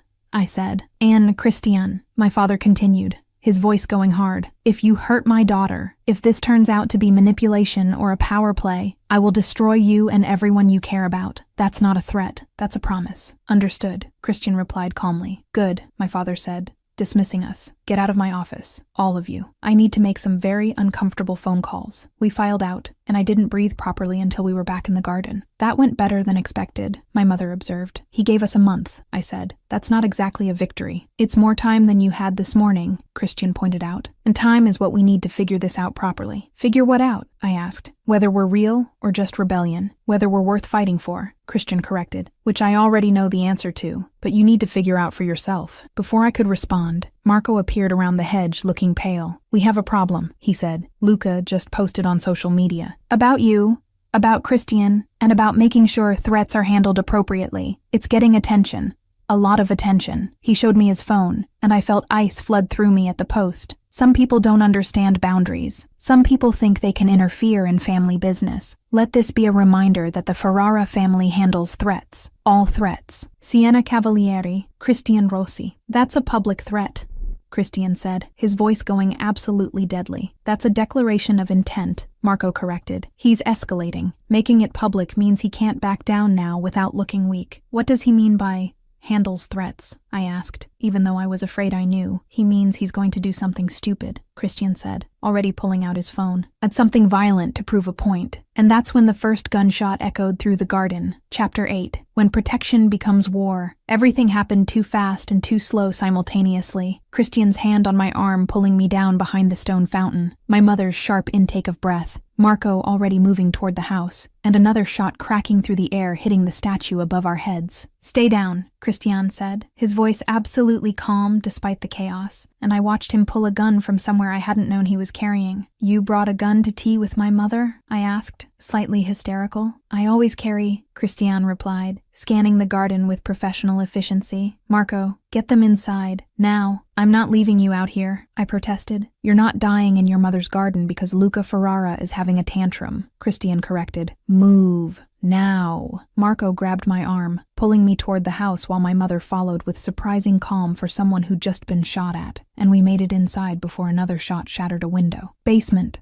my mother said, already moving. "It's reinforced. Your father insisted after the incident in 09. "What incident in 09? I asked, following her downstairs I'd never noticed before. "Later, darling," my mother replied, opening a door that revealed what looked like a panic room. Inside, "Marco, call security, tell them shots fired, possible assault, and to lock down the entire property." "Already done," Marco said, his phone to his ear. "Dad's security team is mobilizing. They're estimating 3 minutes to reach the garden." "Christian's still out there," I said, moving back toward the stairs. "Christian can handle himself," my mother said, catching my arm. "He's survived far worse than Luca Ferrara with poor aim and wounded pride." "How do you know Luca's aim is poor?" I challenged. "Because if it wasn't, we'd be dead," my mother replied pragmatically. "He's making a statement, not actually trying to kill anyone. Though that could change if someone does something stupid, so we're staying here until it's clear." The next 5 minutes were the longest of my life, listening to muffled sounds from above.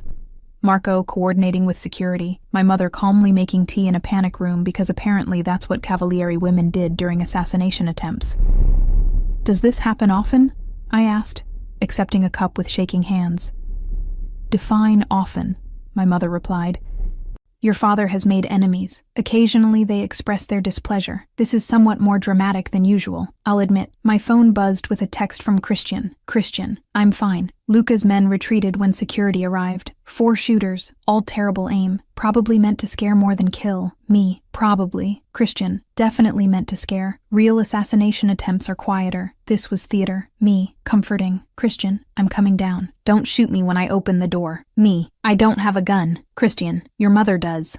I was talking to her. I turned to find my mother had indeed pulled a small pistol from somewhere and was pointing it at the door with perfect form. "Mom, what? You think I married into this family unarmed?" she asked. "I'm not foolish, darling." The door opened and Christian appeared, completely unruffled except for dirt on his jacket, and my mother lowered the gun. "Status?" she asked. 4 shooters, Ferrara men based on tattoos. Already gone by the time security arrived, Christian reported. They left a message. Literally, pinned to a tree with a knife. "How dramatic," my mother observed. "What did it say? Heads back off, or next time we won't miss," Christian said, his expression flat. "Directed at me, not you. Luca's making it clear this is about me interfering, not the family. Except he shot at my daughter," my mother said, her voice going cold in a way I'd never heard before. "In my garden, during tea. That makes it about the family." "Agreed," Christian said, "which is why I'm calling this into the commission. Luca just violated about 17 protocols by bringing violence to a neutral family property during peaceful negotiations. The commission will take weeks to respond," I said. "They'll respond immediately when I tell them Luca Ferrara attempted to kill Giovanni Cavalieri's daughter," Christian corrected. "That's not business rivalry. That's attacking a made man's family. It demands immediate response." "You're using me as leverage," I said. "I'm using the truth as leverage," Christian corrected. "He did attempt to hurt you, whether intentionally or through spectacular incompetence. Either way, it violated rules that even Luca knows better than to break." My father appeared in the doorway looking absolutely murderous, his security chief behind him. "Everyone alive?" he asked tersely. "Alive and angry," my mother confirmed. "Though my rose garden is destroyed, and someone shot my favorite statue. I'll buy you a new statue," my father said, moving to inspect her with careful hands. You're sure you're not hurt? Completely sure, my mother replied gently. Giovanni, we need to discuss the Luca situation. There is no Luca situation anymore, my father said flatly. There's a Luca problem that I'm about to permanently solve. Dad, I started. No, he interrupted, his eyes finding mine. He shot at you, in my home, during negotiations. That's not business, that's personal. And I handle personal threats to my family with permanent solutions. The commission, Christian started, can have what's left when I'm done, my father finished. But Luca Ferrara crossed a line, and I'm going to make sure everyone in this city knows exactly what happens when you threaten a cavaliere. Giovanni, my mother said carefully, perhaps we should think about this strategically. I am thinking strategically, my father interrupted. Strategically, letting an insult like this stand makes us look weak. Every rival family will see it as permission to test our boundaries. I'm drawing the line now, clearly, with consequences. I watched my father transform from politician to something colder, more dangerous, and realized I was seeing the man who'd built the Cavalieri Empire through calculated violence. Sienna, my father continued, his tone shifting slightly. The engagement to Luca is over. Officially, I'll handle his father personally. You're free to make your own choices about your future, including, he glanced at Christian, whatever complicated situation you're pursuing here. What? I managed, not quite believing what I was hearing. I said you're free, my father repeated. Luca violated trust, endangered my family, and proved himself unworthy of an alliance. Therefore, no alliance, no engagement, no further discussion. Just like that? I asked. Just like that, my father confirmed. Though Christian, we need to discuss parameters. My office. Now. Christian nodded and followed my father out, leaving me with my mother and Marco in a panic room, trying to process the fact that I'd apparently been freed from an unwanted engagement by being shot at. That was unexpected, Marco said finally. Your father doesn't tolerate threats to family, my mother explained. It's one of his few genuinely unbending principles. Luca threatening you flipped a switch Giovanni rarely accesses. And so what now? I asked. Now we clean up the garden, file reports with the appropriate authorities, and wait to see what your father negotiates with Christian, my mother said calmly, though I suspect it will involve strict boundaries and probably surveillance. Surveillance? Darling, you didn't think your father would just let you pursue Christian without oversight, did you? My mother asked. He'll want reassurance that Christian isn't dangerous to you, which means proving intentions, demonstrating commitment, probably a formal courtship period with rules. That sounds medieval, I said. That sounds Italian, my mother corrected. Your father is old-fashioned about certain things. If Christian wants to pursue you properly, he'll have to do it Giovanni's way, which means traditional courtship, family supervision, and proving himself worthy. This is insane, I said. This is how our world works, my mother replied. Be grateful your father is allowing it at all. 2 hours ago, he was threatening to kill Christian. Now he's negotiating terms. That's progress. My phone buzzed with multiple texts. Valentina, apparently having heard about the shooting. Valentina, I heard what happened. Are you okay? Is Christian okay? Valentina, this is exactly what I warned you about. Getting involved with him brings violence. You should have listened. Valentina, call me when you can. We need to talk about how to handle this situation going forward. Valentina thinks she's still relevant, Marco observed, reading over my shoulder. That's adorable. She's not wrong about the violence part, I said. The violence is Luca being an idiot, Marco corrected, not Christian being dangerous. There's a difference. Is there? I challenged. Christian carries a gun to tea parties. That's not exactly safe. Christian carries a gun because our world requires it, Marco said. He also threw himself between you and gunfire without hesitation. That's protection, not danger. Before I could respond, Christian returned with my father, both of them looking slightly less homicidal. We've reached an understanding, my father announced. Christian will be permitted to court Sienna under specific conditions. Chaperoned dates for the first month, family dinners twice weekly, and absolute transparency about intentions and activities. You're treating me like I'm 16, I protested. I'm treating you like someone I almost lost today, my father corrected, his voice softening slightly. And I'm compromising, Sienna. I'm allowing something I swore I'd never allow, because I can see it matters to you. But I need reassurance that it's safe. Give me that. I looked at Christian, who nodded slightly. Fine, I said. Chaperoned dates, family dinners. But Dad, you have to actually try to get to know him instead of just interrogating him about his family history. I'll try, my father said, which was probably the best I'd get. Good, my mother said. standing. Now, everyone out of my panic room. I need to speak with the gardeners about the roses. We filed out, and I found myself alone with Christian in the hallway, while Marco went to coordinate with security, and my parents disappeared to handle the administrative nightmare of reporting an attack. Your father wants to kill Luca, Christian said quietly. I convinced him to let the commission handle it, but he's not happy about the compromise. Will the commission actually do anything? I asked. They'll strip Luca of his position, probably exile him, Christian said. It's not death, but it's permanent removal from power. That'll have to be enough. And Valentina? I asked, showing him the texts. Christian's expression darkened as he read. She's positioning herself as concerned friend while subtly blaming me for the violence. Classic manipulation. Should I respond? I asked. No, Christian said firmly. Let her think what she wants. She's not relevant to this anymore. She thinks she is, I pointed out. Then I'll make it clear she's not, Christian replied, pulling out his own phone and typing quickly. What are you doing? I asked. Sending her a message, he said,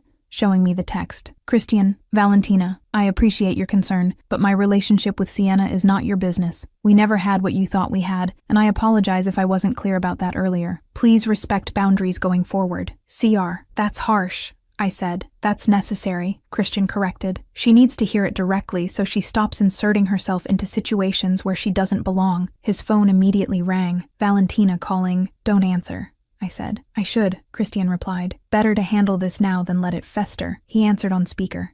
Valentina, you're seriously choosing her. Valentina's voice came through, angry and hurt. After everything we've built, after months of me being there for you. We didn't build anything, Christian said carefully. We had dinner a few times. I never promised you more than that. You let me think, Valentina started. I let you make assumptions I should have corrected, Christian interrupted. That was wrong of me. But Valentina, whatever you thought we were, we're not that, and we're not going to be. Because of her, Valentina said bitterly. Because of a lot of reasons, Christian replied. But yes, Sienna is part of it. I'm sorry if that hurts, but it's the truth. You're making a mistake, Valentina said. She's complicated, damaged, comes with family drama and impossible expectations. I could have been easy. I don't want easy, Christian said. I want real, and that's what Sienna is. Silence on the other end. Then, fine, be with her, but don't come crying to me when it all falls apart. She hung up, and Christian looked at me with something vulnerable in his expression. That was real, I asked quietly. What you said about wanting real, every word, Christian confirmed. Sienna, I spent 5 years pretending I didn't want you. I'm done pretending. Whatever this is between us, it's real. Complicated, definitely. Impossible, maybe, but real. So what now? I asked. Now we do this properly, Christian said. Chaperoned dates, family dinners, proving to your father I'm worth the risk, and we figure out if real is enough. Is it? I challenged. Enough. Ask me again in a month, Christian said, pulling me closer. When we've survived your father's scrutiny and your family's chaos and whatever else the universe throws at us, then I'll tell you if real is enough. He kissed me, careful and certain, and I kissed him back thinking that maybe, possibly, real was exactly what I needed. Even if real came with gunfire and family politics and a future I couldn't quite predict, at least it was mine to choose. Chapter 9. Proving it's real. 2 weeks later, your father is staring at me like he's calculating how to make my death look accidental, Christian observed quietly, cutting his steak with perfect precision while my entire family watched us have dinner in the formal dining room. He does that to everyone, I said, which was partially true. He doesn't look at Marco like that, Christian pointed out. Marco's his son, I replied. Different calculation. Comforting, Christian said dryly, and I saw his lips twitch slightly when my mother asked him to pass the wine. This was our 4th mandatory family dinner in 2 weeks, and the awkwardness had evolved from excruciating to merely uncomfortable, which I was counting as progress. Christian, my father said, setting down his fork with the kind of deliberate precision that meant interrogation was incoming. I've been reviewing your business portfolio. Your consulting firm handles some interesting clients. Legitimate clients, Christian replied smoothly. Everything properly documented and legally sound. I'm sure, my father said, not sounding sure at all. Though I notice you recently dissolved several partnerships. Consolidating, simplifying, Christian corrected. I'm reducing commitments that require extensive travel. Makes it easier to be present for other priorities. He glanced at me when he said it, and I felt warmth bloom in my chest, despite the awkwardness of having this conversation in front of my entire family. How considerate, my father said, and I couldn't tell if he was being genuine or sarcastic. Giovanni, stop interrogating the man, my mother said. We've had this conversation 4 times already. His business is clean, His intentions are clear, and you're being unnecessarily hostile. I'm being appropriately cautious, my father corrected. You're being dramatic, my mother replied. Sienna, how was your chaperone date yesterday? Awkward, I admitted. Marco came along and spent the entire time providing commentary on our conversation like he was a sports announcer. I was helping, Marco protested around a mouthful of bread. You two are terrible at small talk. Someone needed to facilitate. We don't need facilitation, I said. You spent 15 minutes discussing weather patterns, Marco replied. That's not romance.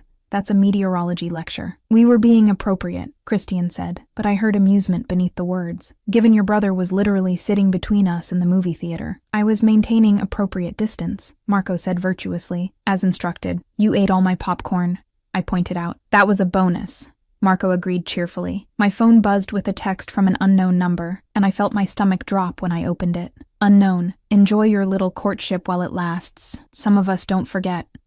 I showed Christian discreetly and watched his expression go absolutely cold. Luca's supposed to be under commission oversight, he said quietly. He's not supposed to have access to communication. Apparently, he found a way, I said. Apparently, he's about to regret that, Christian replied, already pulling out his own phone. What's happening? My father asked, noticing the tension. Luca contacted Sienna, Christian said, showing him the message, which violates at least 3 commission directives. My father read the message, his expression darkening. I'll handle this. With all due respect, Christian said carefully, the commission needs to handle it. If you intervene directly, it complicates their authority. I don't care about their authority when someone is threatening my daughter, my father said flatly, which is why I'm asking you to trust me to handle it through proper channels, Christian replied. Let me report this. Let the commission respond, and Luca's already limited options become non-existent. He's digging his own grave. Let him. I watched my father wrestle with the urge to take immediate action versus trusting Christian's approach, and finally he nodded once. Fine, but if the commission doesn't respond within 24 hours, I'm handling it myself. Fair enough, Christian agreed. The rest of dinner passed with slightly less tension, and when dessert was served, my mother announced that she'd arranged for Christian and me to have a supervised garden time, which apparently meant we could walk the grounds as long as Marco followed at a discreet distance. Your family is exhausting, I said once we were outside, Marco trailing about 20 feet behind, pretending to be interested in the rose bushes. Your family is protective, Christian corrected. There's a difference. How are you so patient with all of this? I asked. The dinners, the chaperones, my father's constant interrogation. Because you're worth it, Christian said simply, and because I spent 5 years staying away from you. Compared to that, having dinner with your family twice a week is easy. Even when my father looks at you like he's planning your funeral? I asked. Especially then, Christian replied, because it means he cares enough to be protective. That's not something to dismiss. We walked in comfortable silence for a moment, before I asked the question that had been building for 2 weeks. Is this real? I said quietly. Or are we just, I don't know, caught up in the forbidden aspect of it, the drama and danger and fighting my father? Christian stopped walking, turning to face me with an intensity that made my breath catch. You want to know if this is real? He asked. If I'm doing this because you're forbidden or because I actually want you? Yes, I admitted. Then let me be very clear, Christian said, moving closer despite Marco's presence. I wanted you before any of this happened, before your father forced the Luca engagement, before the corridor, before you even knew I existed in any real way. I've wanted you since you were 20 years old and completely off limits, and that wanting has only gotten more consuming with time. But I'm not finished, he interrupted gently. Yes, the forbidden aspect added urgency. Yes, fighting for you against external pressure made me more aggressive about pursuing this. But Sienna, I would want you in any context, forbidden or allowed, complicated or simple, with your father's approval or without it. You're not a rebellion. You're a choice. The only choice that's ever made sense. The declaration hit hard, stealing my breath, and I felt tears burn behind my eyes that I absolutely refused to let fall with my brother watching. That's real, I managed. That's real, Christian confirmed. Now, do you want to tell me how you feel, or are we pretending this is one-sided? It's not one-sided, I said, surprised by how steady my voice came out. I thought about you for years without admitting I was thinking about you. Noticed things I told myself I wasn't noticing. Wondered why you never looked at me properly and convinced myself it was because I wasn't worth looking at. You were always worth looking at, Christian said roughly. I just couldn't let myself do it. And now, I challenged. Now I can't stop, he replied, his hand coming up to cup my face. And now I look at you and see everything I was too much of a coward to reach for 5 years ago. And I'm trying very hard not to kiss you in your mother's garden with your brother 10 feet away, but you're making it extremely difficult. Marco's seen worse, I said, going up on my toes. That's not reassuring, Christian replied, but he kissed me anyway, careful and controlled despite the heat I felt radiating from him. You two are disgustingly sweet, Marco called from his position by the roses. Also, Dad just appeared at the window. You have approximately 10 seconds before he comes out here. We broke apart, and I turned to see my father indeed standing at the study window watching us with an expression I couldn't quite read. Think he's going to revoke garden privileges? I asked. I think he's considering it, Christian replied, but he kept his hand on my lower back as we walked, making it clear he wasn't apologizing for the kiss. My father met us at the door, his expression carefully neutral. Christian, a word in my study, he said. Sienna, your mother wants to discuss something with you. It was clearly a dismissal, and I watched Christian follow my father inside with a slight amount of trepidation. He's not going to kill him, is he? I asked Marco. Probably not literally, Marco replied, though Dad's been making a lot of phone calls about Christian lately. I think he's running background checks.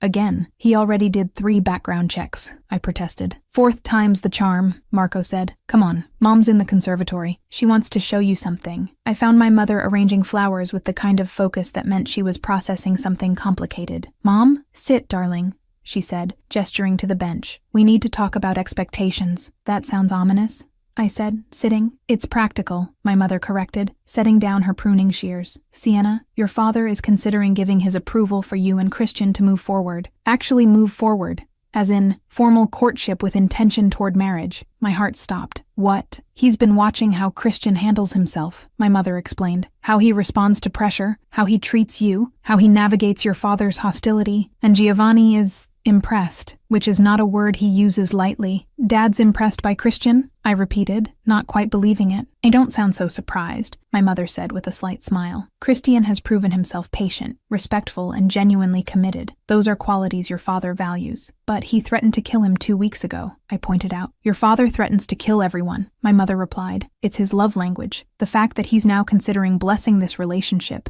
instead of actively sabotaging it means Christian has won him over. Mostly, what's the catch? I asked, because there was always a catch. The catch is that your father wants assurances, my mother said, about protection, about Christian's business remaining clean, about your future being secure. He's going to ask Christian some very direct questions tonight, and depending on how Christian answers, you'll either have your father's blessing or another month of supervised courtship. What questions? I asked nervously. Questions about intentions, my mother said. About whether Christian is serious enough to actually commit, or if this is still exploratory. Your father doesn't do exploratory, Sienna. If he's giving his approval, it's because he believes this leads somewhere permanent. That's a lot of pressure, I said. That's family, my mother corrected. We don't do casual in the Cavalieri world. Everything is permanent, binding, consequential. If you're not ready for that level of commitment, you need to tell Christian now, before your father has this conversation with him. I sat there processing, trying to figure out if I was ready for permanent, and realized that despite the chaos, and the short timeline, and the absolute insanity of the past month, I couldn't imagine choosing anything else. I'm ready, I said. Are you sure? My mother pressed.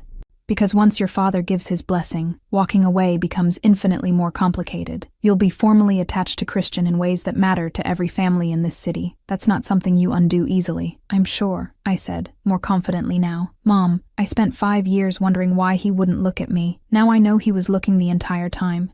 Just couldn't act on it. I'm not walking away from that. My mother studied me for a long moment, then smiled. Good. Then let's hope Christian gives your father the right answers. An hour later, Christian emerged from my father's study looking slightly shell-shocked, and my father followed with an expression that was almost satisfied. Sienna, my father said, Christian has something to discuss with you, privately. Marco is no longer required to chaperone. Wait, really? I asked. Really, my father confirmed. You're both adults. I trust you'll behave appropriately. He left before I could question this sudden change, and I turned to Christian, who was watching me with an intensity that made my stomach flip. What did he say to you? I asked. A lot of things, Christian replied, most of them threatening, but the relevant part is that he's giving his approval for us to move forward, officially. Officially meaning, I pressed. Meaning I'm allowed to court you without supervision, Christian said. Meaning your father recognizes this as serious and permanent instead of exploratory. Meaning, he paused, something vulnerable crossing his expression, that if I'm doing this, I'm doing it with intention toward marriage. Eventually, when you're ready, the words hung between us, heavy with implication. He asked you about marriage, I managed. He asked if I was serious enough to consider it, Christian corrected. And I told him yes, because I am.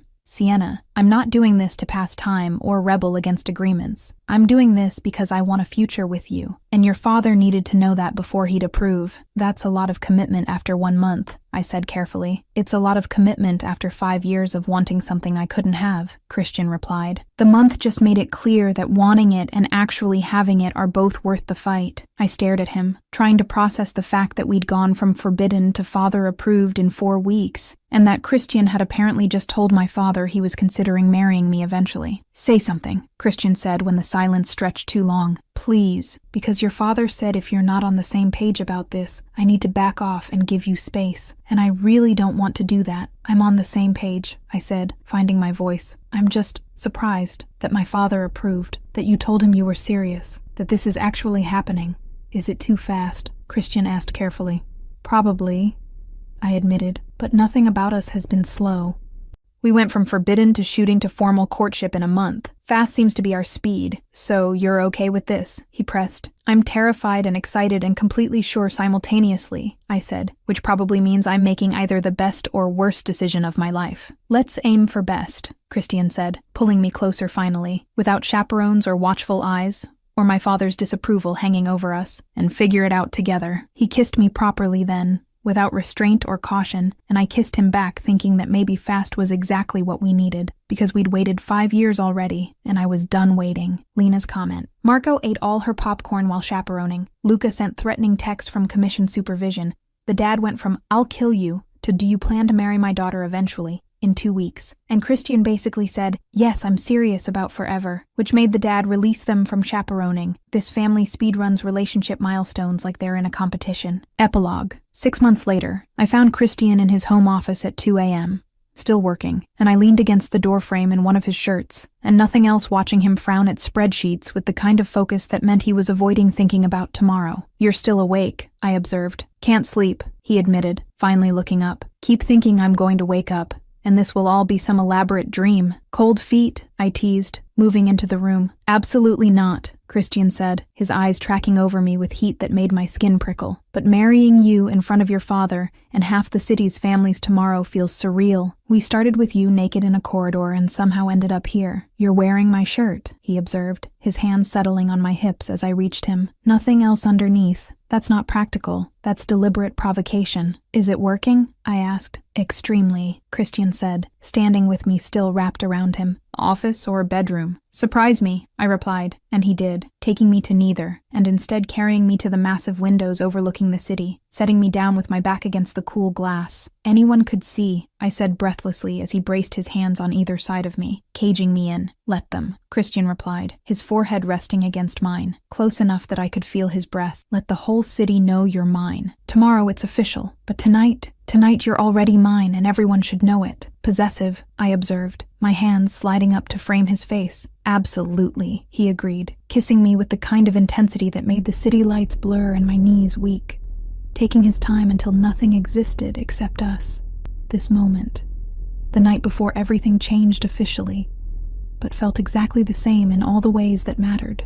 He kissed me until I forgot why I'd come to find him, until the wedding tomorrow felt both impossible and inevitable, until the only certainty was that this, us, was exactly right. Bed, he said finally, his voice rough. You need sleep before tomorrow. So do you, I pointed out. I'll sleep when I stop being terrified this is a dream, he replied, but he carried me to the bedroom anyway, and we fell into bed still tangled together. Later, wrapped in his arms with dawn starting to break, Christian traced patterns on my shoulder with careful fingers. In about 6 hours, I'm going to stand at an altar and promise to love you forever in front of everyone we know, he said quietly. And I need you to know that I mean every word, that this isn't obligation or family pressure or strategic alliance. This is me choosing you, every day, for the rest of my life. I know, I said, turning to face him. I'm choosing you too, even though you're possessive and overprotective and work too much. Especially because of those things, he corrected, pulling me closer. Now sleep. You need rest if you're going to cry at the altar. I'm not crying, I protested. We'll see, he said. The wedding day. The garden ceremony was small by Cavalieri standards, only 70 guests instead of 300, and intimate in ways that actually felt like us instead of family obligation. My mother had transformed the rose garden where we'd first kissed into something ethereal, all white flowers and soft lighting, and I stood in the house watching Christian wait at the altar through the window, looking devastating in his tux and slightly nervous in a way that made my heart ache. "Ready, Piccola?" my father asked, appearing beside me in his own tux, and I noticed his eyes were already suspiciously bright. "Are you crying already?" I asked.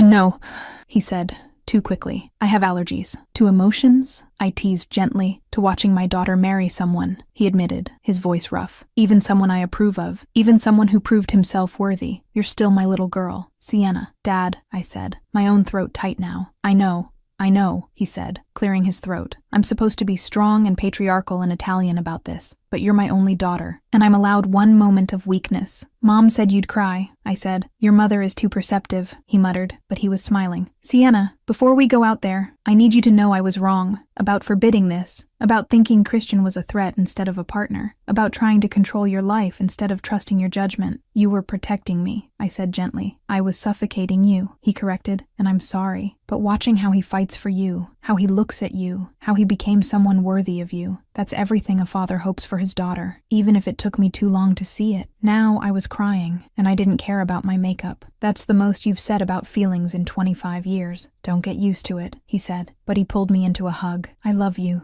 Piccola, and I'm proud of you, of who you've become, of the man you chose, of everything." "I love you too, Dad," I said against his shoulder. "Even when you're impossible, especially when I'm impossible," he corrected, pulling back to wipe his eyes. "Now, let's go before Christian thinks you changed your mind and I have to kill him after all." The walk down the garden aisle felt surreal. Marco standing as Christian's best man, trying not to smile too widely, my mother already dabbing at her eyes, and Christian watching me approach with an expression that made my breath catch. When we reached the altar, my father placed my hand in Christian's with unexpected gentleness.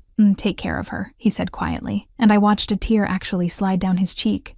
"Or I'll revoke my approval retroactively." "Understood," Christian said, his voice rough with emotion. My father kissed my forehead, nodded once at Christian, and stepped back to stand beside my mother, who immediately handed him tissues. "He's crying," I whispered to Christian. "So am I," Christian admitted, and I realized his eyes were bright too. "You're devastating in that dress, though I preferred you in just my shirt at 2 a.m. Christian," I hissed, trying not to laugh. "What? It's true," he said, grinning slightly. "You walked down that aisle and I forgot how to breathe, just like you did pressed against those windows last night." "We're at the altar," I said, blushing. "Behave." "Never," he replied. The officiant cleared his throat, clearly trying not to smile. "Shall we begin?" The ceremony was short, traditional vows with a few personalized additions about corridors and chaos, and choosing each other despite every reason not to. And when we got to the kiss, Christian pulled me close with the kind of controlled intensity that made me forget we had an audience. "Married," he said against my lips. "Finally, officially mine. Was 6 months of courtship not enough?" I teased. 5 years too long," he corrected, and kissed me again while everyone applauded, and my father wiped his eyes with the tissues my mother kept supplying. At the reception, my father pulled Christian aside for what looked like a serious conversation, and I watched nervously until they both laughed and embraced. "What did he say?" I asked when Christian returned. "That if I hurt you, he'll still kill me. Marriage or not," Christian replied. "But that he's glad it's me. That he trusts me with the most important thing in his world. And that he saw us at the windows last night." "He what?" I asked, mortified. "He has security cameras everywhere, apparently," Christian said, clearly amused. He said, "At least you're passionate about my daughter." "I'm never going near those windows again," I said, burying my face in his chest. "Yes, you are," Christian corrected. "Tonight, tomorrow, every night we're married." "Because I meant what I said. Let the whole city know. You're mine. You're impossible," I said. "You married me anyway," he pointed out. "Best decision I ever made," I admitted, watching my father dance with my mother, his face still suspiciously bright. "Even if my dad watches security footage, especially because your dad watches security footage and still approved," Christian said. "That's real acceptance." We danced while the sun set, and my father watched with tears still in his eyes, and everything felt exactly right. We'd started with chaos. A naked corridor, forbidden promises, gunfire in gardens, but we'd built something real, something worth the fight, something permanent, and watching my father cry happy tears while my husband held me close, I knew we'd made the right choice. All of them. Now, the fun facts from our story that everyone loves, totally worth listening to. Christian handed over his jacket without looking, turned his back, took it off, tossed it in her direction, kept absolute control while dying inside. True story. He told me himself. Christian never touched her, but no other man ever saw her the way he saw her in that corridor. The promise was made by Christian's father, Vincent, to Sienna's father, to protect her from what Christian could become as a don. Vincent loved Sienna like a daughter. Christian stalked Sienna secretly, off the radar, for 5 years, admitted he'd wanted her since she was 20. Red dress. Her father's party. She laughed and the whole room lit up. Luca sent snipers during tea time, 4 shooters. Terrible aim. More theater than real assassination. But they destroyed her mother's rose garden. She loved those plants. Sienna's mom has a gun in the panic room, pulled the pistol with perfect form, aimed at the door, made tea during the shootout. Did you think I married into this family unarmed? A true boss. Giovanni the father went from, "I'm going to kill you," to "What are your marriage intentions?" in 2 weeks. Christian proved himself worthy by surviving interrogations and not retaliating against threats. Marco the brother was the best secondary character, declined 43 calls from Valentina for fun, hacked security to cover for Sienna, ate all the popcorn at the movies as a chaperone, supervised dating included, mandatory dinners twice a week. Marco as a chaperone at the movies sitting between them, revocable garden privileges, and 15 minutes of weather-only conversation, LOL. Giovanni approved when Christian said, "I'm serious enough to consider marriage," lifted supervision, allowed real dating, and started to like him. Lena's review, why it works, slow burn that starts hot. Chapter 1 is already on fire, but it takes 9 chapters for them to truly be together. Forbiddens with a reason, not dad said no, but a death-bound promise between families for genuine protection. Competent villain, Luca escalated to a shootout. Not just empty threats, real family. A mom who makes tea during an attack. A father who changes his mind based on evidence. A brother who's funny without being dumb. Strong protagonist without being annoying. Sienna has panic, fear, vulnerability. But she confronts her father, demands choices, and isn't passive. Gold secondary characters, Marco stole scenes. The mom is a silent mastermind. Even Valentina was well written as territorial, but not a villain. The difference? A relationship built in layers, instant chemistry, trapped for years in that corridor. But trust and commitment took months.